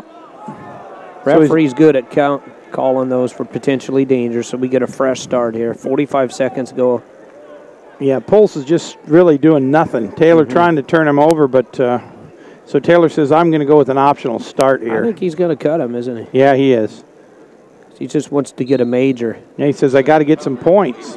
And Pulse immediately runs all the way to the edge and off the mat, you know. Well, the reason is because Taylor attacks right away. Well, I understand. I don't blame him for running, but he ran completely off the mat. He was 4 foot off the mat, you know, before he turned. Well, you can't do that. Well, he knew that Taylor would try to yeah, but you got to at least make it look good. You can't run to the next mat, and that's here's what he did. Here's his big throw, maybe. Yeah. This is where he took Taylor to his back, apparently, in their duo at the very end. But but Taylor spins around. Taylor's going to get the 2. He more or less said, I hope you enjoyed that last time you did that. So now Taylor's got an 8-1 win with riding time, 9-1, so he's going to get the major decision out of the deal. He does get a bonus point, so Taylor with 8-1, 9-1. Yep. So going to get 9-1. So Taylor's your champ. Once again, David Taylor wins. Yep. 9-1 with a major over Conrad Pulse. So the hosting school, the Fighting Illini, get a runner-up, second place. But David Taylor wins again for Penn State Nittany Lions. Yep. So with that win and the extra bonus point, the Penn State Nittany Lions move into the first place. Continue to remain in first place with 139 points. Minnesota now in second with 135, and Iowa missing another scoring opportunity. They stay at 131.5. Steve, I don't know that I've ever heard the Hawkeye fans as quiet as they've been today. Well, they got Evans now, so they're going to be able to make a little bit of noise, but it's a Penn State-Iowa showdown, this next one coming up. Well, you know, it was interesting because the Hawkeyes had a stellar first round, and the crowd was loud. Yep. And then they came back, and last night it was a little more iffy for them, and they started off great in the semifinals, and then it got real quiet at the end. This morning was good. But then this morning, the Iowa crowd got really loud again, so it's been just sort of a roller coaster ride for the Hawkeye fans. It has been a roller coaster ride, and now it's going to be Penn State and Iowa. So, absolutely. Giving out the awards. Congratulations to Jason Welch. So let's take a look at 174. Title. Let's set up the other matches first. So in the third place match, we're going to see Robert Kokish from Nebraska versus Jordan Blanton from Illinois. In the fifth place match, you're going to see Dan Yates from Michigan versus Nick Eklund from Ohio State. And in your featured match, you're going to see Matt Brown from Penn State. Matt Brown, who got to the finals by defeating Heflin and then defeating Yates. Brown with the 7-1 win and a 5-1 win to get into the finals. On the bottom half of the bracket in the finals, Mike Evans. Mike Evans with a 12-3 win, a 6-0 win over Chad Welch from Purdue and Jordan Blanton. So neither Brown nor Evans has been, I would say, flashy or really stellar. They just had solid workmanlike performances. Yep. And I think that's what you're going to see here. If I remember right in the dual meet, it was a really tight dual meet between Brown and Evans. And I think that might even come down to one move near the end where Brown looked like he almost had the takedown and Evans was able to counter it, come out on top, and wound up winning the match. Yeah, it was a good move there by Evans, and it was at Carver Hawkeye Arena. So now they're at a neutral site here, and lo and behold, the They meet in Champaign, Illinois next time. So fun when they're in a neutral site, really. I mean, everybody likes the hype and the noise when it's in one of the wrestlers' backyards, but it's fun to see them at a neutral site. Maybe get a little bit more of the facts surfacing to the top of the floating to the top of the water. But Evans is tough. He moved up a weight, 65-pounder up until this year. I think it was a smart move for the Iowa Hawkeyes and Evans to go to 74. Jeff Murphy? Yeah, Matt Brown in his first real year of varsity competition. Brown started out at Iowa State with Cale Sanderson several years back. Yeah. Redshirted his first year and then went on his Mormon mission for a couple of years. He's from West Valley City, Utah. Then followed Coach Sanderson to Penn State. Again, this is his first real year of varsity competition. He's a sophomore, redshirt sophomore this year. Moved around last year, even up to 97, I think, a couple times in duels, just kind of filling in. Yep, absolutely. Matt Brown this year's 20-4 on the season coming into this tournament. And let's see, he lost to Mike Evans 4-3. He lost to Robert Kokish 10-7. And lost to Logan Storley by a fall. So that looks like there's 3 of his last 4 losses this year. Lost one early in the season. I don't go back quite that far to tell you who it was. So certainly no issues there. Steve, am I good with my scoring? Yep, I am. Well, Minnesota with 135 and Penn State with 139. So Penn State with 139. So, yeah, this is good. I love these Big Tens because they're always just so hotly contested. It doesn't seem like anybody's really completely favored. So if Iowa has any hope whatsoever of getting back into this tournament, which I think, quite honestly, it's a pretty slim chance. Evans needs to win this match. Wright and Ed Ruth coming for Penn State. I mean, 2 of the trifectas is left. That's just it. There just aren't enough. In fact, quite honestly, it's not possible for Iowa to get back in this. Even with a pin here and pins in whatever they've got left in the consolations, I don't think they can score enough points to even catch Penn State at this point. Now, Minnesota, on the other hand, could. So the Hawkeyes can help the Gophers a lot if Evans can beat Brown in this round. Yeah, and then White and Ruth would have to go down, and then Steinhaus. Steinhaus, Schiller. Well, you got Quentin Wright versus Schiller, okay, in that 97-pound match. And, it'll be huge. Ed Ruth in his match, and then you got Tony Nelson. So, I mean, there's only 4 points that separate those two.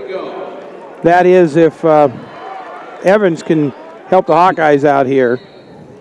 Brown, real physical, very strong looking wrestler here for the Penn State Nittany Lions.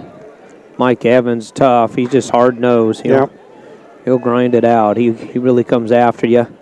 He's not scared. He's not afraid to really take a shot, take a chance. No, Evans is he's just one of those blue-collar workers. He's just in there scrapping and fighting. And real workman-like. Brown shoots for an ankle. Oh, has a hold of a sock. And the ref says, no, that ain't hold of Backus is the one that called it. Look at Backus. It'd all be no different than a finger under a headgear, unintentional. It's kind of interesting because Backus and Sanderson were at Iowa State for so long, and they're out there kind of talking to one another. So I'm sure they worked out many times together up in Ames. You think so, huh? Now Backus for the Hawkeyes and Cale Sanderson for the Penn State Nittany Lions. Out of PA, Pennsylvania. So what they're going to do is see if it was intentional. I don't know how that reads really in the rule book, because if it is an intentional or unintentional grabbing of the uniform, I think is what it's going to be called. Yep. So Evans, Mike Evans out of Enola, Pennsylvania. He was the Big Ten runner-up last year, and he qualified for the NCAA tournament but did not place. They do come back and uphold the 1 point. So they do. Yep. So Evans is going to get a 1 point advantage here to start the match. That because his fingers just got caught up in the sock, or the stocking of Evans. Yep. Evans is 17-3 on the year. Evans has lost to Logan Storley twice during the year and Chris Perry once. Those are his 3 losses on the year. He's tough. He's good, and he's got a 1-point advantage right now. So yeah. Kind of got a little Christmas present there in March. But it's deserved. It's a technical violation. You can't grab uniforms or socks or headgear. I think that'd fall in the same category. Yep. You see that from time to time. But yep. Evans in on an arm. Likes that 2-on-1 Russian arm tie. Yeah. Brown fights him off. You see that a lot in freestyle. Sometimes folk stylers like it. One of the greatest ever in folk style was Kevin Darkus. Yep. He used to like that 2-on-1 arm tie out of Erie, Pennsylvania, wrestling for. And we just have no score. Well, we do have a score due to that technical violation. Technicality there by Mr. Brown. Yep. Minute and 30 seconds left in this first period as they both dance around the center. If we look over at the third place match, you got Jordan Blanton right now in the lead 2-1. Thought I heard those Fighting Illini, Illinois fans up on their feet a moment ago. Yeah. And if you look in the fifth place match, you've got Nick Heflin with a 2-1 lead over Yates. Yates is the one that kind of took this whole weight class and threw it on a top, threw it into a tailspin once he beat Logan Storley 3-2 earlier on in the match. There's Brown in there on a power move. Yep. I don't know if you want to get in a power struggle with Matt Brown. I wouldn't recommend it. Yep. Logan Storley, who in the big national duels, beat the number 3 guy and the number 2 guy in order to retain his number 1 spot. So really went out and proved himself as number 1. Yeah, he did. Then he just had a lousy tournament. It's tough. Going 1-2 in this tournament. Well, 2-2 at the end. He wound up finishing 7th place with a major. He did get a major, I think, in that one. If I remember right. But he did. But he had a tough weekend. Logan Storley did for Minnesota, and he's been I think he was 28-1 or 29-1. I think coming into the. He's been so consistent. Yep. For the Minnesota Gophers, Golden Gophers. But I believe he's just a sophomore, so he's young. He can make a lot of noise in Des Moines. The collar tie here between Evans and Brown, 1-0. Point awarded to Evans because Brown had a hold of. He's trying to do an ankle pick, and his hand got caught up in Brown's sock and stocking, and kind of held on to it, stretched out. Referee noticed it. Kurt Backus was the first one to get up. He went, "That's a point." Well, so with Storley having such a poor tournament this weekend, that's going to drop him down. He's probably going to get a 3 seed, I'm going to guess. With Evans going to, with Evans finishing ahead of him in this tournament, you probably got Chris Perry from Oklahoma State. Yep. Going to be seeded number 1 at the NCAA tournament. I'm going to guess Evans 2 and Storley 3. So, puts those 2 guys on the same side of the bracket from the Big Ten. I'm sure they would have preferred to be on opposite sides of the bracket so they could have met in the finals perhaps. Brown got the escape, tied it up 1-1. Now it comes down to an escape fest. The 1 point awarded to Evans in the first period for that grabbing of the uniform is going to be a huge difference. Brown's going to have to get a takedown somewhere in this match. He needs to get a takedown. And I will tell you right now, Brown's been moving forward the whole time. Evans has been backing up. Penn State fans behind us are hollering, stalling on Evans, but Evans is keeping busy. Evans got him in trouble. And put him right to his back. Put him right on his back. Oh, my goodness. Evans is in big trouble. Evans is in big trouble. A lot of power there by Matt Brown. He fights out of it. Oh, my. Evans came in on a takedown. Brown caught him halfway through and threw him right to his back.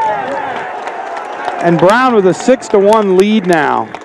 2-on-1 wrist ride here by Brown, and man, how Evans ever got out of that, I have no idea. I don't either, because he was dead center. Brown had him tight. Brown just didn't cinch up tight enough is really all it was, because I thought with the strength that Brown has, that was all she wrote. Evans up to his feet. He's fighting tough right now. Evans is. He's got to stay busy. So Evans spins out. No, Brown still got him. Evans does get the escape. 6-2 now. 28 seconds left in the second period. Brown says, I'm going to come right back and attack you again. I'm not going to get complacent. That's what the Penn State fans got to.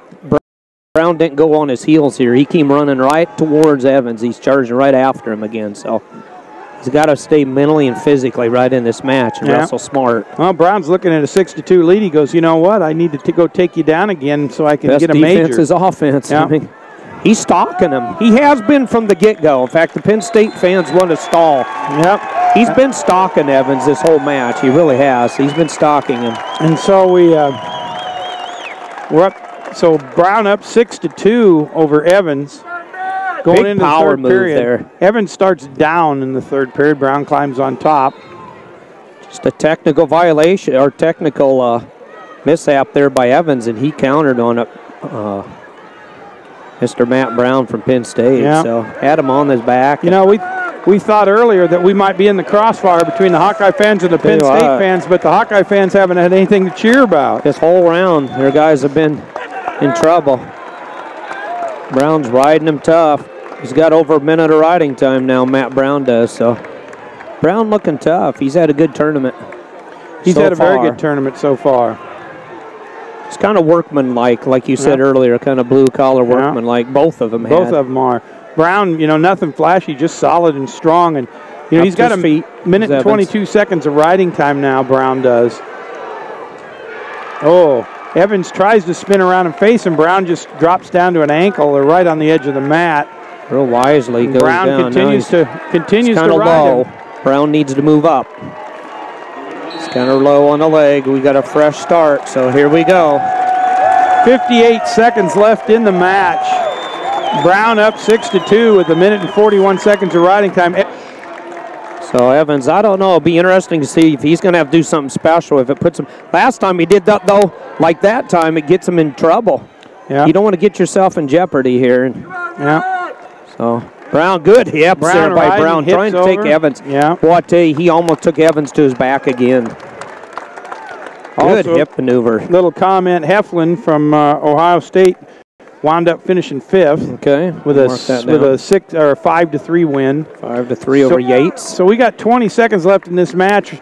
Brown's got 2 minutes and 20 seconds of riding time and a 6-2 lead. It's huge for the team, Rice, right here. This Matt Brown. So Evans up to his feet and Brown releases him. 6-3. Yeah, 6-3 in favor of Brown. Evans going to have to do something pretty special here, and there's 3 seconds left, so that isn't going to happen. So the Penn State faithful all on their feet and cheering. Big win there for Matt Brown of Penn State. And Brown wins. Big win. 7-3 with riding times. Matt Brown looking good, guys. Yeah. I'll tell you what, you can't take anything away from Evans because he was going for it on there, but Brown caught him and put him to his back, and Brown did a fine job. Fine job. So that's 4 more for Penn State. Well, I'll tell you, and Evans is such a good wrestler. He's real scrappy, Mike Evans. That was a big win for close to the Penn State fans, as you can hear. That hurt him any in the team race. No. In fact, I think that probably put the team race out of touch for anybody. I mean, it still could be. I almost saw a smile on Kale's face. Yeah, it could be conceivable that Minnesota could catch them. The Iowa Hawkeyes have no chance of catching them now. And, in fact, the Iowa Hawkeyes are going to have a real struggle to even catch Minnesota and probably not catch Minnesota and probably finish third in this tournament. Probably going to go third. Yeah, and I don't think Ohio State has any chance of catching the Hawkeyes for third. Kokish and Blanton. There's so much going on. Kokish won that match. Nebraska comes out on top for third place. Yep. Kokish wins.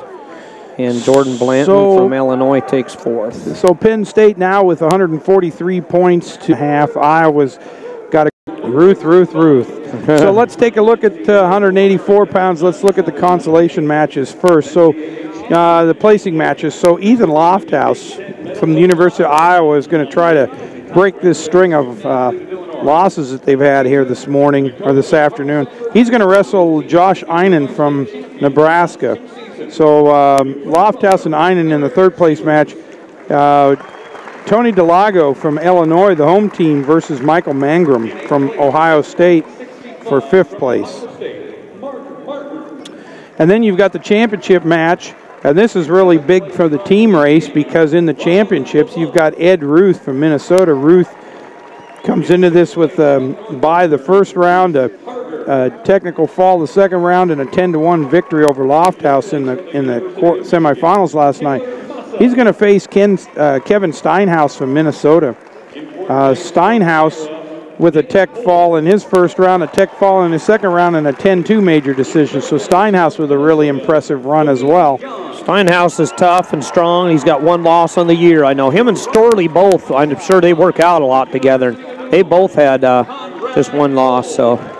So, you know, the Golden Gophers versus the Penn State Nittany Lions. If the Golden Gophers have any chance of winning this tournament, they're going to have to win this match.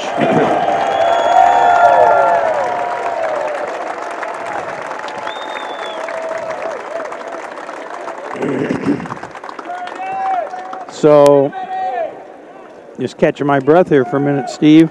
Steinhaus and Ruth. I'd say Ruth is just, he's got so much going for him. He's got speed. He's got good balance. He's real mat savvy. He always knows where he's at. I don't think you ever, very often anyway, will see Ed Ruth out of position. I don't think he's lost since his injury default against Amusha Stege. Is that right? He had an injury default? I think so. Against Amusha Stege from Stanford, Nick Amusha Stege, and I don't think he's lost a college match since then.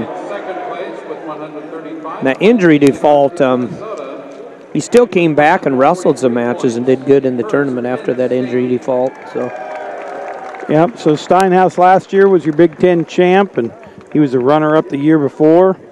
So he's been here before in this position, hasn't he? Yep. He was All-American last year in 5th place, and Steinhaus 23-1 on the season. You can add about 3 or 4 more here. Lost, before this tournament, lost to Steve Bozak from Cornell. That's his one loss. He lost a 2-0 decision. That probably was back in the Southern Scuffle, I think. Right. They have Steinhaus down here, yeah. So. And obviously Steinhaus and Ruth have not faced each other this year. So they didn't face in a duel, did they? I'll tell you what. And they didn't face each other in the scuffle either because of that loss to Bosak. Right. Steinhaus is solid. I remember him coming on the scene just, is he a sophomore? I think he's just a sophomore. I know him and Storley are young. Both two young I think wrestlers. He's a junior. I'll tell you. He junior I'll already? tell you for sure, Steve. Hang on. I remember his freshman year wasn't too long ago, and boy, Scott Casper he's a and junior. He's a redshirt junior. Boy, he had a great freshman year. He's tough. He's just solid. He's real strong, but we'll see what happens here between Ruth. Ruth is just real quick and fast, and he's good on the mat, Ed Ruth is. We're going to start right off the bat here. Steinhaus wouldn't mind, I'm sure, putting it into a power struggle. Yeah, exactly. Got some bodily strength over Ruth, but Ruth always knows how to cut the angles, you know. So light on his feet. It's fun to watch, and he just kind of bounces around. He's doing that right now, actually. Just jumping, going in, grabbing a leg. Man, he's fast, isn't he? See, Steinhaus and Ruth didn't face each other the year before either, so they really don't have much of any history. Yeah, I'm not too sure this isn't their first time they've met. Is that crazy, huh? Steinhaus really needs to do something quick here because Ruth has just really been on the attack against Kevin Steinhaus from the Minnesota Golden Gophers. Ruth real good with his hips here. Just knows where he's at all times. Steinhaus might get a stalemate here. We're going to get a fresh start here between Ruth and Steinhaus. If he can slow Ruth down and get a hold of him, you got a feather in your hat already, you know? Yep. That's the key. And Steinhaus in on a nice outside single, so. Yeah, well, that would make sense at Steinhaus with Ruth wrestling down a weight last year. They wouldn't have faced each other. So. Correct. Yeah. So Steinhaus just looked good enough as a freshman. I remember Scott and I were commenting on he's got a bright future. And yep. Then once you know it, to his luck, Ruth moves up a weight. So he's going to have to overcome this obstacle in front of him, Mr. Ed Ruth of Penn State. So Ruth gets a single and been in on those legs a lot. Really low down on the ankle, got it tucked under one arm. Now he tries to put it up over his shoulder, and Steinhaus kind of kicks out of it right on the edge of the mat and back to square again. Steinhaus going for that crossover single where you set up on one side and shoot for the other single. Yep, so we're looking at a 2-1 lead in favor of Ruth with 1 minute and 13 seconds left in the first period. He does that crossover single shot 3 times. He did have the leg, of Ed Ruth, but it didn't last long. Ruth got out of it real fast. And collar tie between the two athletes. 57 seconds, to go in the first period. Just getting started here between Ruth and Steinhaus. And what's even more makes it even a little bit more intriguing is it's Minnesota against Penn State, and they're in first and second place right now as far as the team points go. So Steinhaus tries to snap him down. Ruth tries to come around, but Steinhaus back up to his feet. Nice block off. That's not going to happen. Nice shot there. Yeah. Good, luckily for Steinhaus, he shot at the same time on a reshot. My goodness. Yep, Steinhaus in deep. It looked like he was going to be in deep on sort of a single leg. Most guys would be in trouble. Yep, and Ruth fights that off. So quick. His reactionary time from his brain to his body is, there's some electrodes going off. Yeah, absolutely. He's just quick, man. It's computer fast. He's very quick. 6 seconds left in the first period. Looks like we're going to finish with a 2-1 score here at the end of the first. All right, fast, referee flips the disc and says to Steinhaus, what do you want to do? Steinhaus defers. Ruth says, take down. Yep, I'll take down. Steinhaus says, take your choice, Mr. Ruth. I'm sure they work at all positions. At this level, these guys have really accomplished a lot already in their careers. Yep. Ruth is an NCAA champion. I'm sure he'd like to repeat. Steinhaus has not won a NCAA title yet, but he's got this year. Next year is an opportunity. Yep. This year's is closing out, so they need to turn it on strong here at this time of the year. Ruth tries to get up to his feet. Steinhaus grabs him, puts him back down to the mat. Half Nelson, kind of tight waist situation here. Ruth does a good job of keeping that one knee up a lot. Yep, and Ruth with the escape. So with 1 minute and 25 seconds left in the second period, both wrestlers on their feet. 3-1. 3-1, but Steinhaus did get 29 seconds of riding time. Probably not important now, but could be later in the match. Yeah. Steinhaus just solid enough. It'd be interesting to see if he could see if either one of these. I don't think either one of these or lungs are going to be an issue necessarily. No. They're going to tire out, but. So speaking of houses, Ethan Lofthouse from Iowa now up 5-0 over Josh Einan from Nebraska for the third place title. So Iowa Hawkeyes trying to pick up some more points down there. Steinhaus with a duck under, but Ruth just kind of shucks him off to the side and says nope. So they're both back on their feet in the center of the mat. Steinhaus just strong enough that he's probably one of the few guys could probably hang with Mr. Ed Ruth. And he's proven it now, just a 2-point spread. But 30, how many seconds we got there, Mr. Murphy? 30 seconds, right at 30 seconds in the second period here. Just about the end of it, 2-point spread. Yeah. So Steinhaus not getting a lot done on Ruth, but Ruth not getting a lot done on Steinhaus No, either. There's the leg. Boy, he's been on that leg. Steinhaus has about 4 or 5 times now. Steinhaus is the one taking all the shots. Ruth is just kind of hanging in there. Right. Well, he's probably used to watching maybe a little bit of film on Ruth, and if you don't hit him dead center, he's going to be around you and have his own 2 points real quick. So. Yep.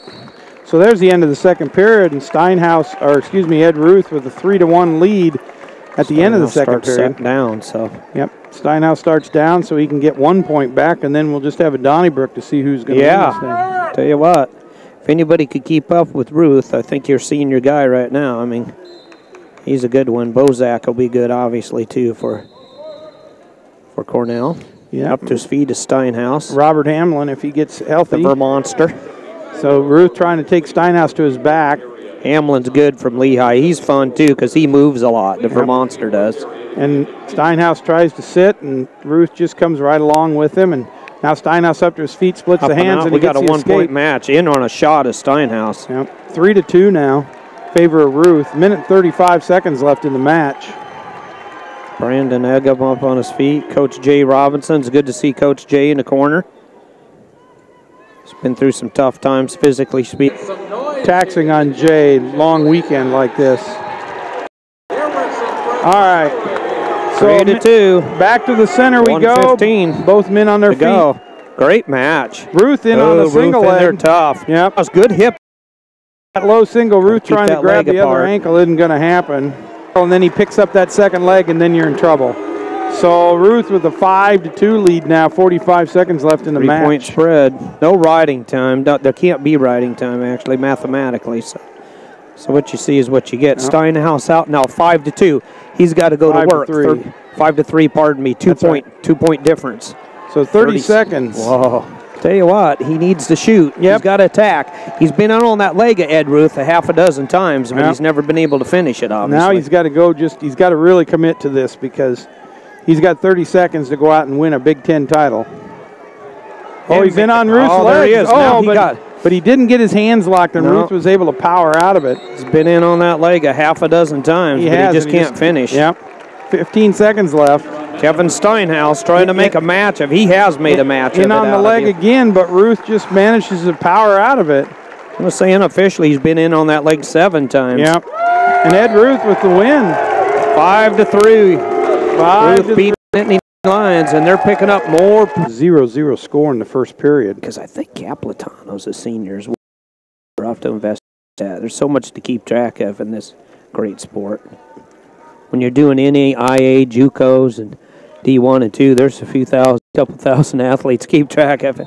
We do our best, but my hard drive's not quite as good as it used to be, being 52 years old. So Capitano's a sophomore. Is he sophomore? Yeah, so he's young. Because Ohio State Buckeyes have really, overall, a fairly young team. Yeah, they do. You know, the Steebers really, they just jumped onto the scene fast and furious, and they've had some good. Demas is fun to watch for them, isn't he? Yeah, he's watching that. Going to be an exciting young wrestler. Yep. So we're beginning of the second period here. No score between Schiller and Wright. Yep. Schiller starts down and immediately escapes 4 seconds into the match. So he's got the first lead. 1-0 in favor of Schiller. When you think about it, since Capitano's a sophomore, Wright only beat Capitano 1-0 to get into the finals here. So Capitano's he's a good-looking wrestler there for the Ohio State Buckeyes, and Coach Tom Ryan out there doing a real good job. Started at Hofstra and landed in Columbus, Ohio. So Wright really trying to get in, grabbing an elbow, and then a nice big double leg on from Wright. Power double. Yeah, he really set up Schiller nicely with that because he was in on the elbow, in on the arm, in on the head, everything trying to be upper body, and when Schiller backed away, kind of stood up erect and then stood up, and Wright, boom, hit him with a double leg and knocked him down. So 2-1 in favor of Wright. Minute and 18 seconds left in the second period. Back to the center with Schiller on the bottom, and he immediately gets a 1-point escape, so 2-2. You called it, Jeff. A lot of that's just timing. Yep. You know, you just got to time that just right. As soon as your opponent comes up, boy, you just charge right in there and get the power double. Well, he really not indicated any type of a desire to go after the legs the whole match thus far. Upper body, just sort of lulled Schiller into sleep there. Quentin Wright didn't look like to me when I first was exposed to him he'd ever be as big as a 197-pounder, but he's filled in good and looks strong. And he brings some funk to this weight class, which usually isn't a weight class where there's a lot of funky wrestling that goes on. Kind of usually the bigger the weight class, the less scramblability takes place. You're not going to see much Lupinchansky stuff at this weight class usually. Accomplished Schiller kind of squared up on him, and that's fine. So right on the edge of the mat. But the opponent both shoulders ends the period. So it's 1-0 in favor of Gonzalez at this point. I'll take that back. Third place. It's 1-0 in favor of Burrick. But Gonzalez gets his chance to start down here in the third period. And so Quentin Wright in the third period. We go to the third period, and he immediately escapes. 3-2. Starts on the bottom, so 3-2 in favor of Wright. Big wizard situation there. So Schiller's going to have to go if he wants to get some moves, and that really, or if he wants to win this title. Oh, Wright with a double leg right off the whistle. Power double. It just seems like when he commits, he scores. Yep. He gets his 2, and now it's 5-2. So now Schiller's really got to get in gear on something. I'm sure that Schiller will get out with an escape pretty quick, but you know, I was just about to say this really plays into Wright's hands because the faster pace that Schiller's got to move on with Wright, the more dangerous Wright is. He likes to get in situations. Yeah, he really does. It just opens him up to more things. Yeah, he's got a good repertoire of real dangerous moves, not just moves, but in the category of dangerous moves. Yeah. So it's so Schiller immediately escapes, as we said, and so it's 5-3 right now with 1 minute and 26 seconds. Dangerous for his opponent, by the way, not for him. Schiller tries to duck under and grab a single leg. Wright just scoots out of the way, and that doesn't happen. Both wrestlers back on their feet, center of the mat. Down on that, Steve, Gonzalez did get away, and it's 1-1. And then he's in on a shot. Yep, he's in on a shot, but they're off the mat, so nothing happened. So left in that match, and it's 1-1, Burek and Gonzalez, Illinois, or Iowa and Illinois. And back to our championship match.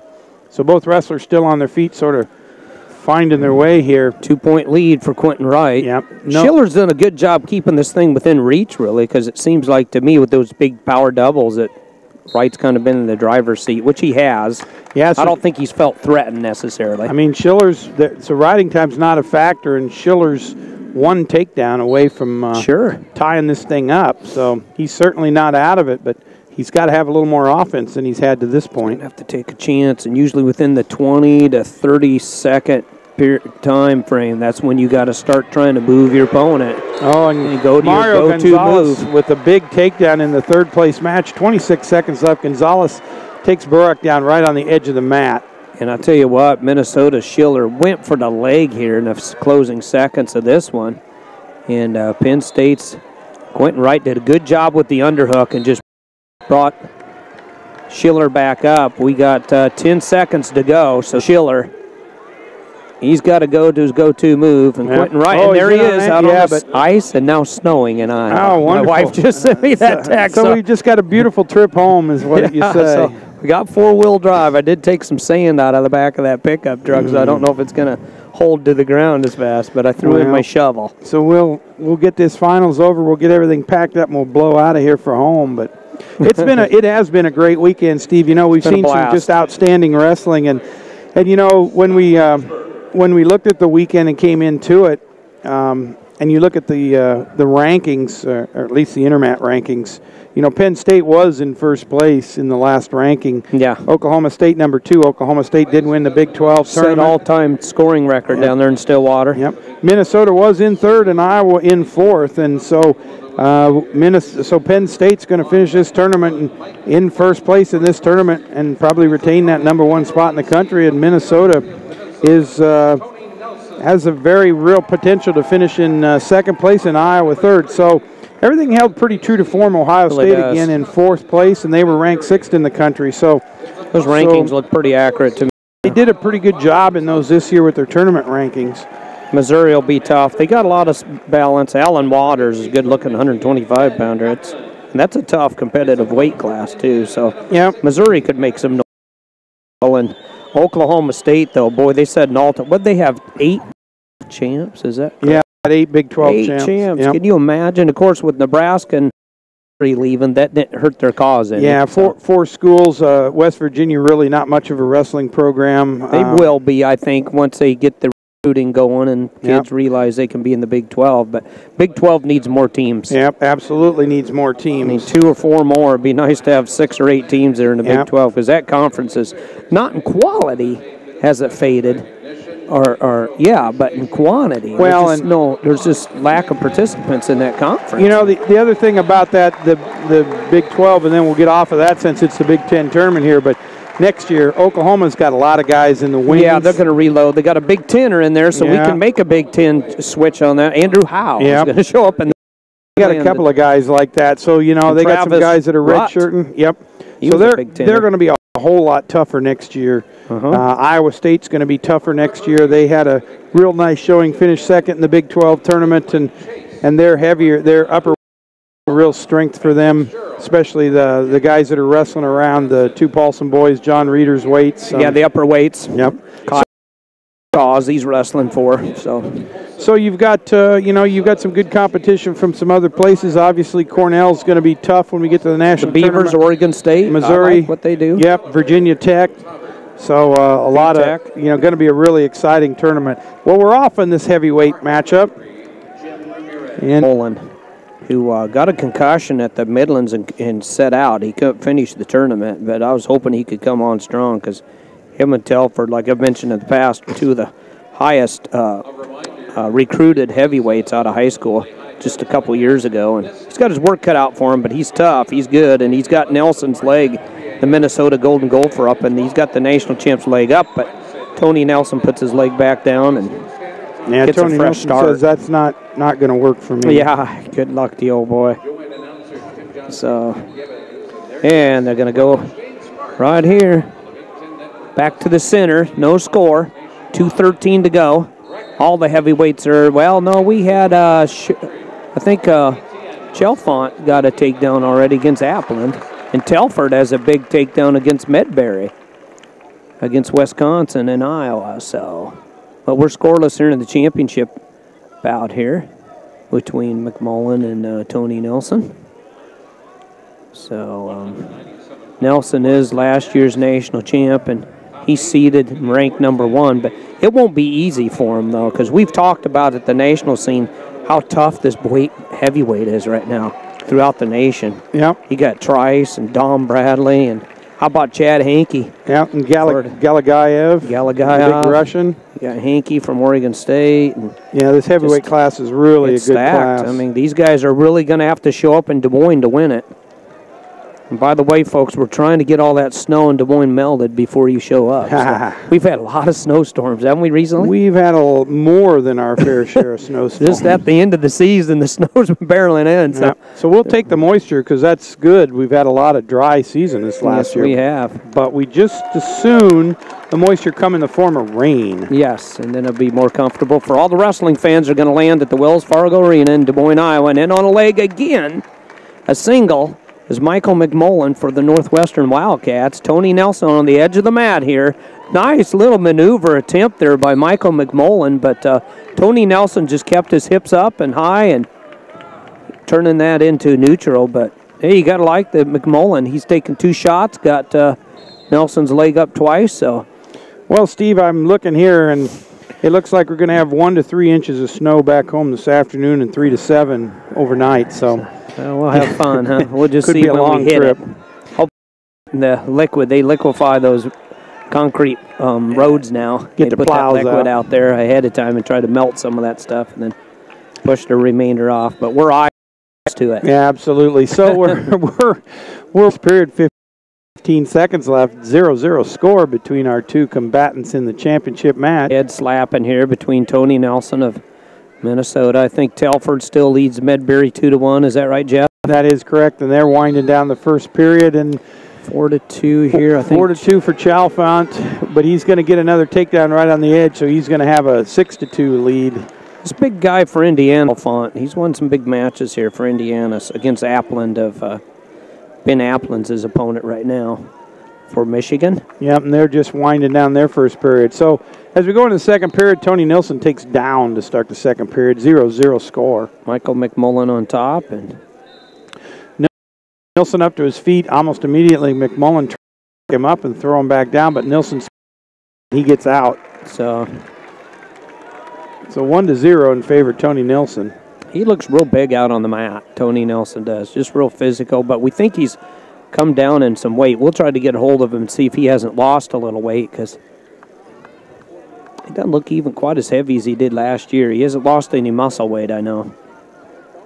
He's real strong. One of the more famous heavyweights to ever come out of college was a Minnesota Gopher, Brock the Rock Lesnar. Oh, McMullen tries to go in a single, and wow, he Nelson paid for it. Spins him around, and Nelson takes him down. Real smart wrestling there by Nelson. And, you know, you got to give credit to Michael McMullen. He's really attacking. He's going after Tony Nelson. Yep. He's not backing up from him. He's taking most of the shots, but he paid for it that time, and your Minnesota Golden Gopher gets the takedown and leads now 3. Chalfont 7-2 now, yep. So trying to pick up a major or more against Appland and Michigan. So, yep, McMullen tries to get up, and Nelson just takes him down off the edge of the mat and back to center, the two big men. They're zeroing in on Tony's dad right now on TV. I don't know if you've ever seen his dad, but their face, and they look identical. You can tell they really appear a lot alike. So 33 seconds in the second period, 3-0 in favor of Nelson.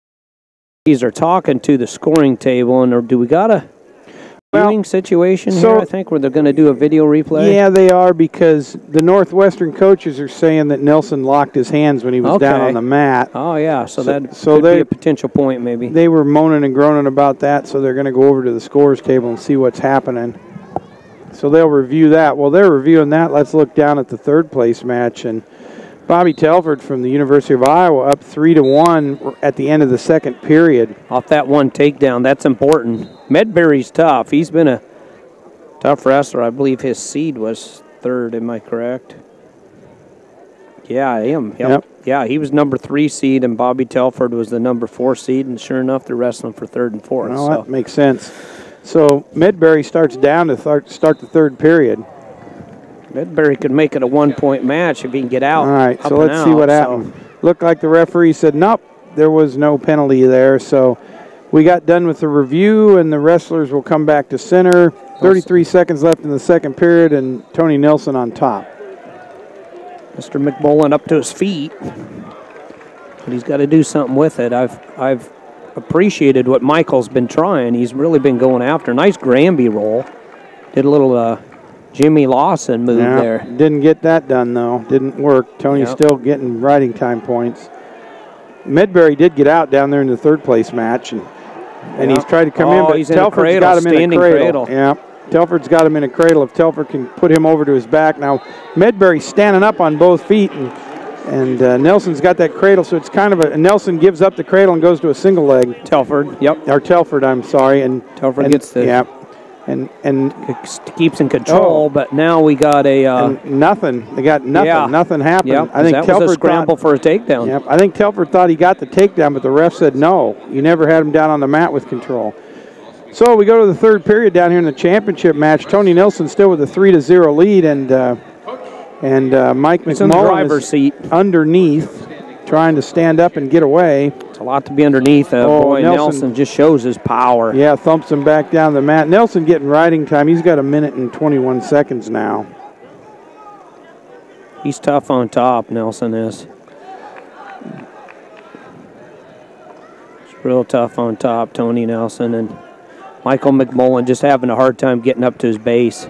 Yep, he's got so much power on top. He can really bear down on people, because Gallagher will figure that out when he got hit with the what we call the Tony Half Nelson. Oh, boy. And so something to cheer about for the Hawkeye fans. Bobby Telford gets a takedown, and he's up 5-2 at the end of that match. So Telford scores some points for him here, and the Hawkeyes have something to cheer about. They all head home to the snow. Yeah, they got another point or two, huh? So Telford takes 3rd for Iowa. Hawkeyes. Yeah, the Hawkeyes score grand in the championship round. Yeah. So it's a tough round for them. Yep, absolutely. So we've got 1 minute and 19 seconds left in this championship match, and Tony Nelson still on top. He's tough on top too, boy. I tell you, he's a bear on top. He just puts so much pressure on that upper body. Yep, and in the 5th place match, Adam Chalfont from Indiana finishes in 5th place. There. Yep, 16-6 actually with the riding time, so 10-point spread. And we've got Tony Nelson out here in the center. McMullen did get an escape, so Nelson is only up 3-1 now. 48 seconds left in the match. They're really kind of going at one another. And if he get a takedown, but look at the riding time for Nelson. Man, he's hard to get out from underneath of. I don't know, maybe Dom Bradley could get out from underneath him, or Trice, maybe. Nelson with 2 minutes of riding time.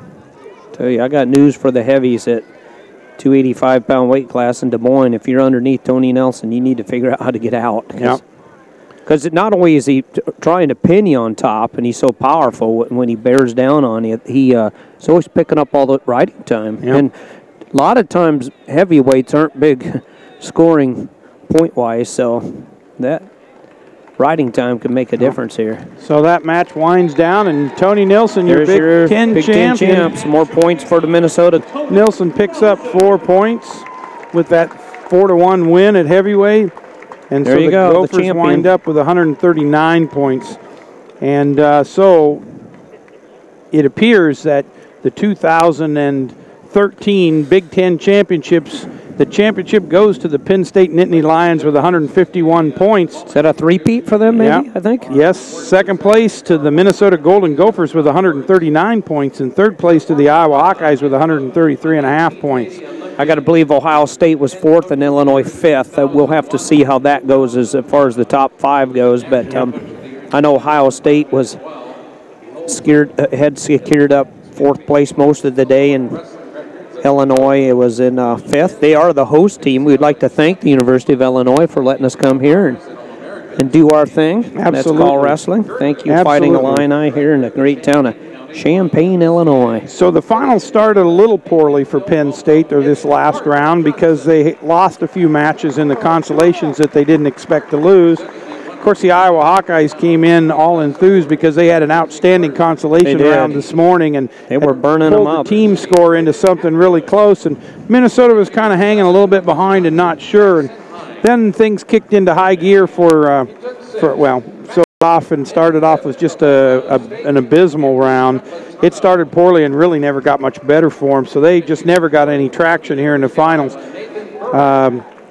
Minnesota and Penn State then got to the heavyweight or the heavier matches, and then they really started to come alive. So Penn State with some really nice wins, a win at 165, a win at 174, a win at 185, a win at 197. So 4 champions in a row. Of course, the Matt Brown win was big, I think, for Penn State over Mike Evans. That kind of put the just started at least to put the nail in the coffin there. Absolutely, and Minnesota with a pretty decent final round, not as good as they would have hoped, but they did get 2 champions at 149 and at heavyweight, and had a few of their wrestlers, some of their lighter wrestlers, do well in the placing matches. So again, at the end of the day, it's Penn State with 151 points in first place, Minnesota with 139 in second, and Iowa with 133.5 in third. So they three-peat. So I don't think there was anything too surprising. I don't think that any of the teams are going to go home and say, oh, geez, we had to leave guys at home. I don't know exactly who got how many place winners. Big Ten gets a lot, and they deserve it because, you know, they're just the numbers alone at Big Ten in wrestling are just so impressive. Yeah, I would suggest that I'm going to guess that Penn State's going to take the whole squad, and I think Minnesota's going to take the whole squad. Iowa is not. They're not going to take the 49-pounder. Yeah. They'll have 9. I think they'll have 9 in.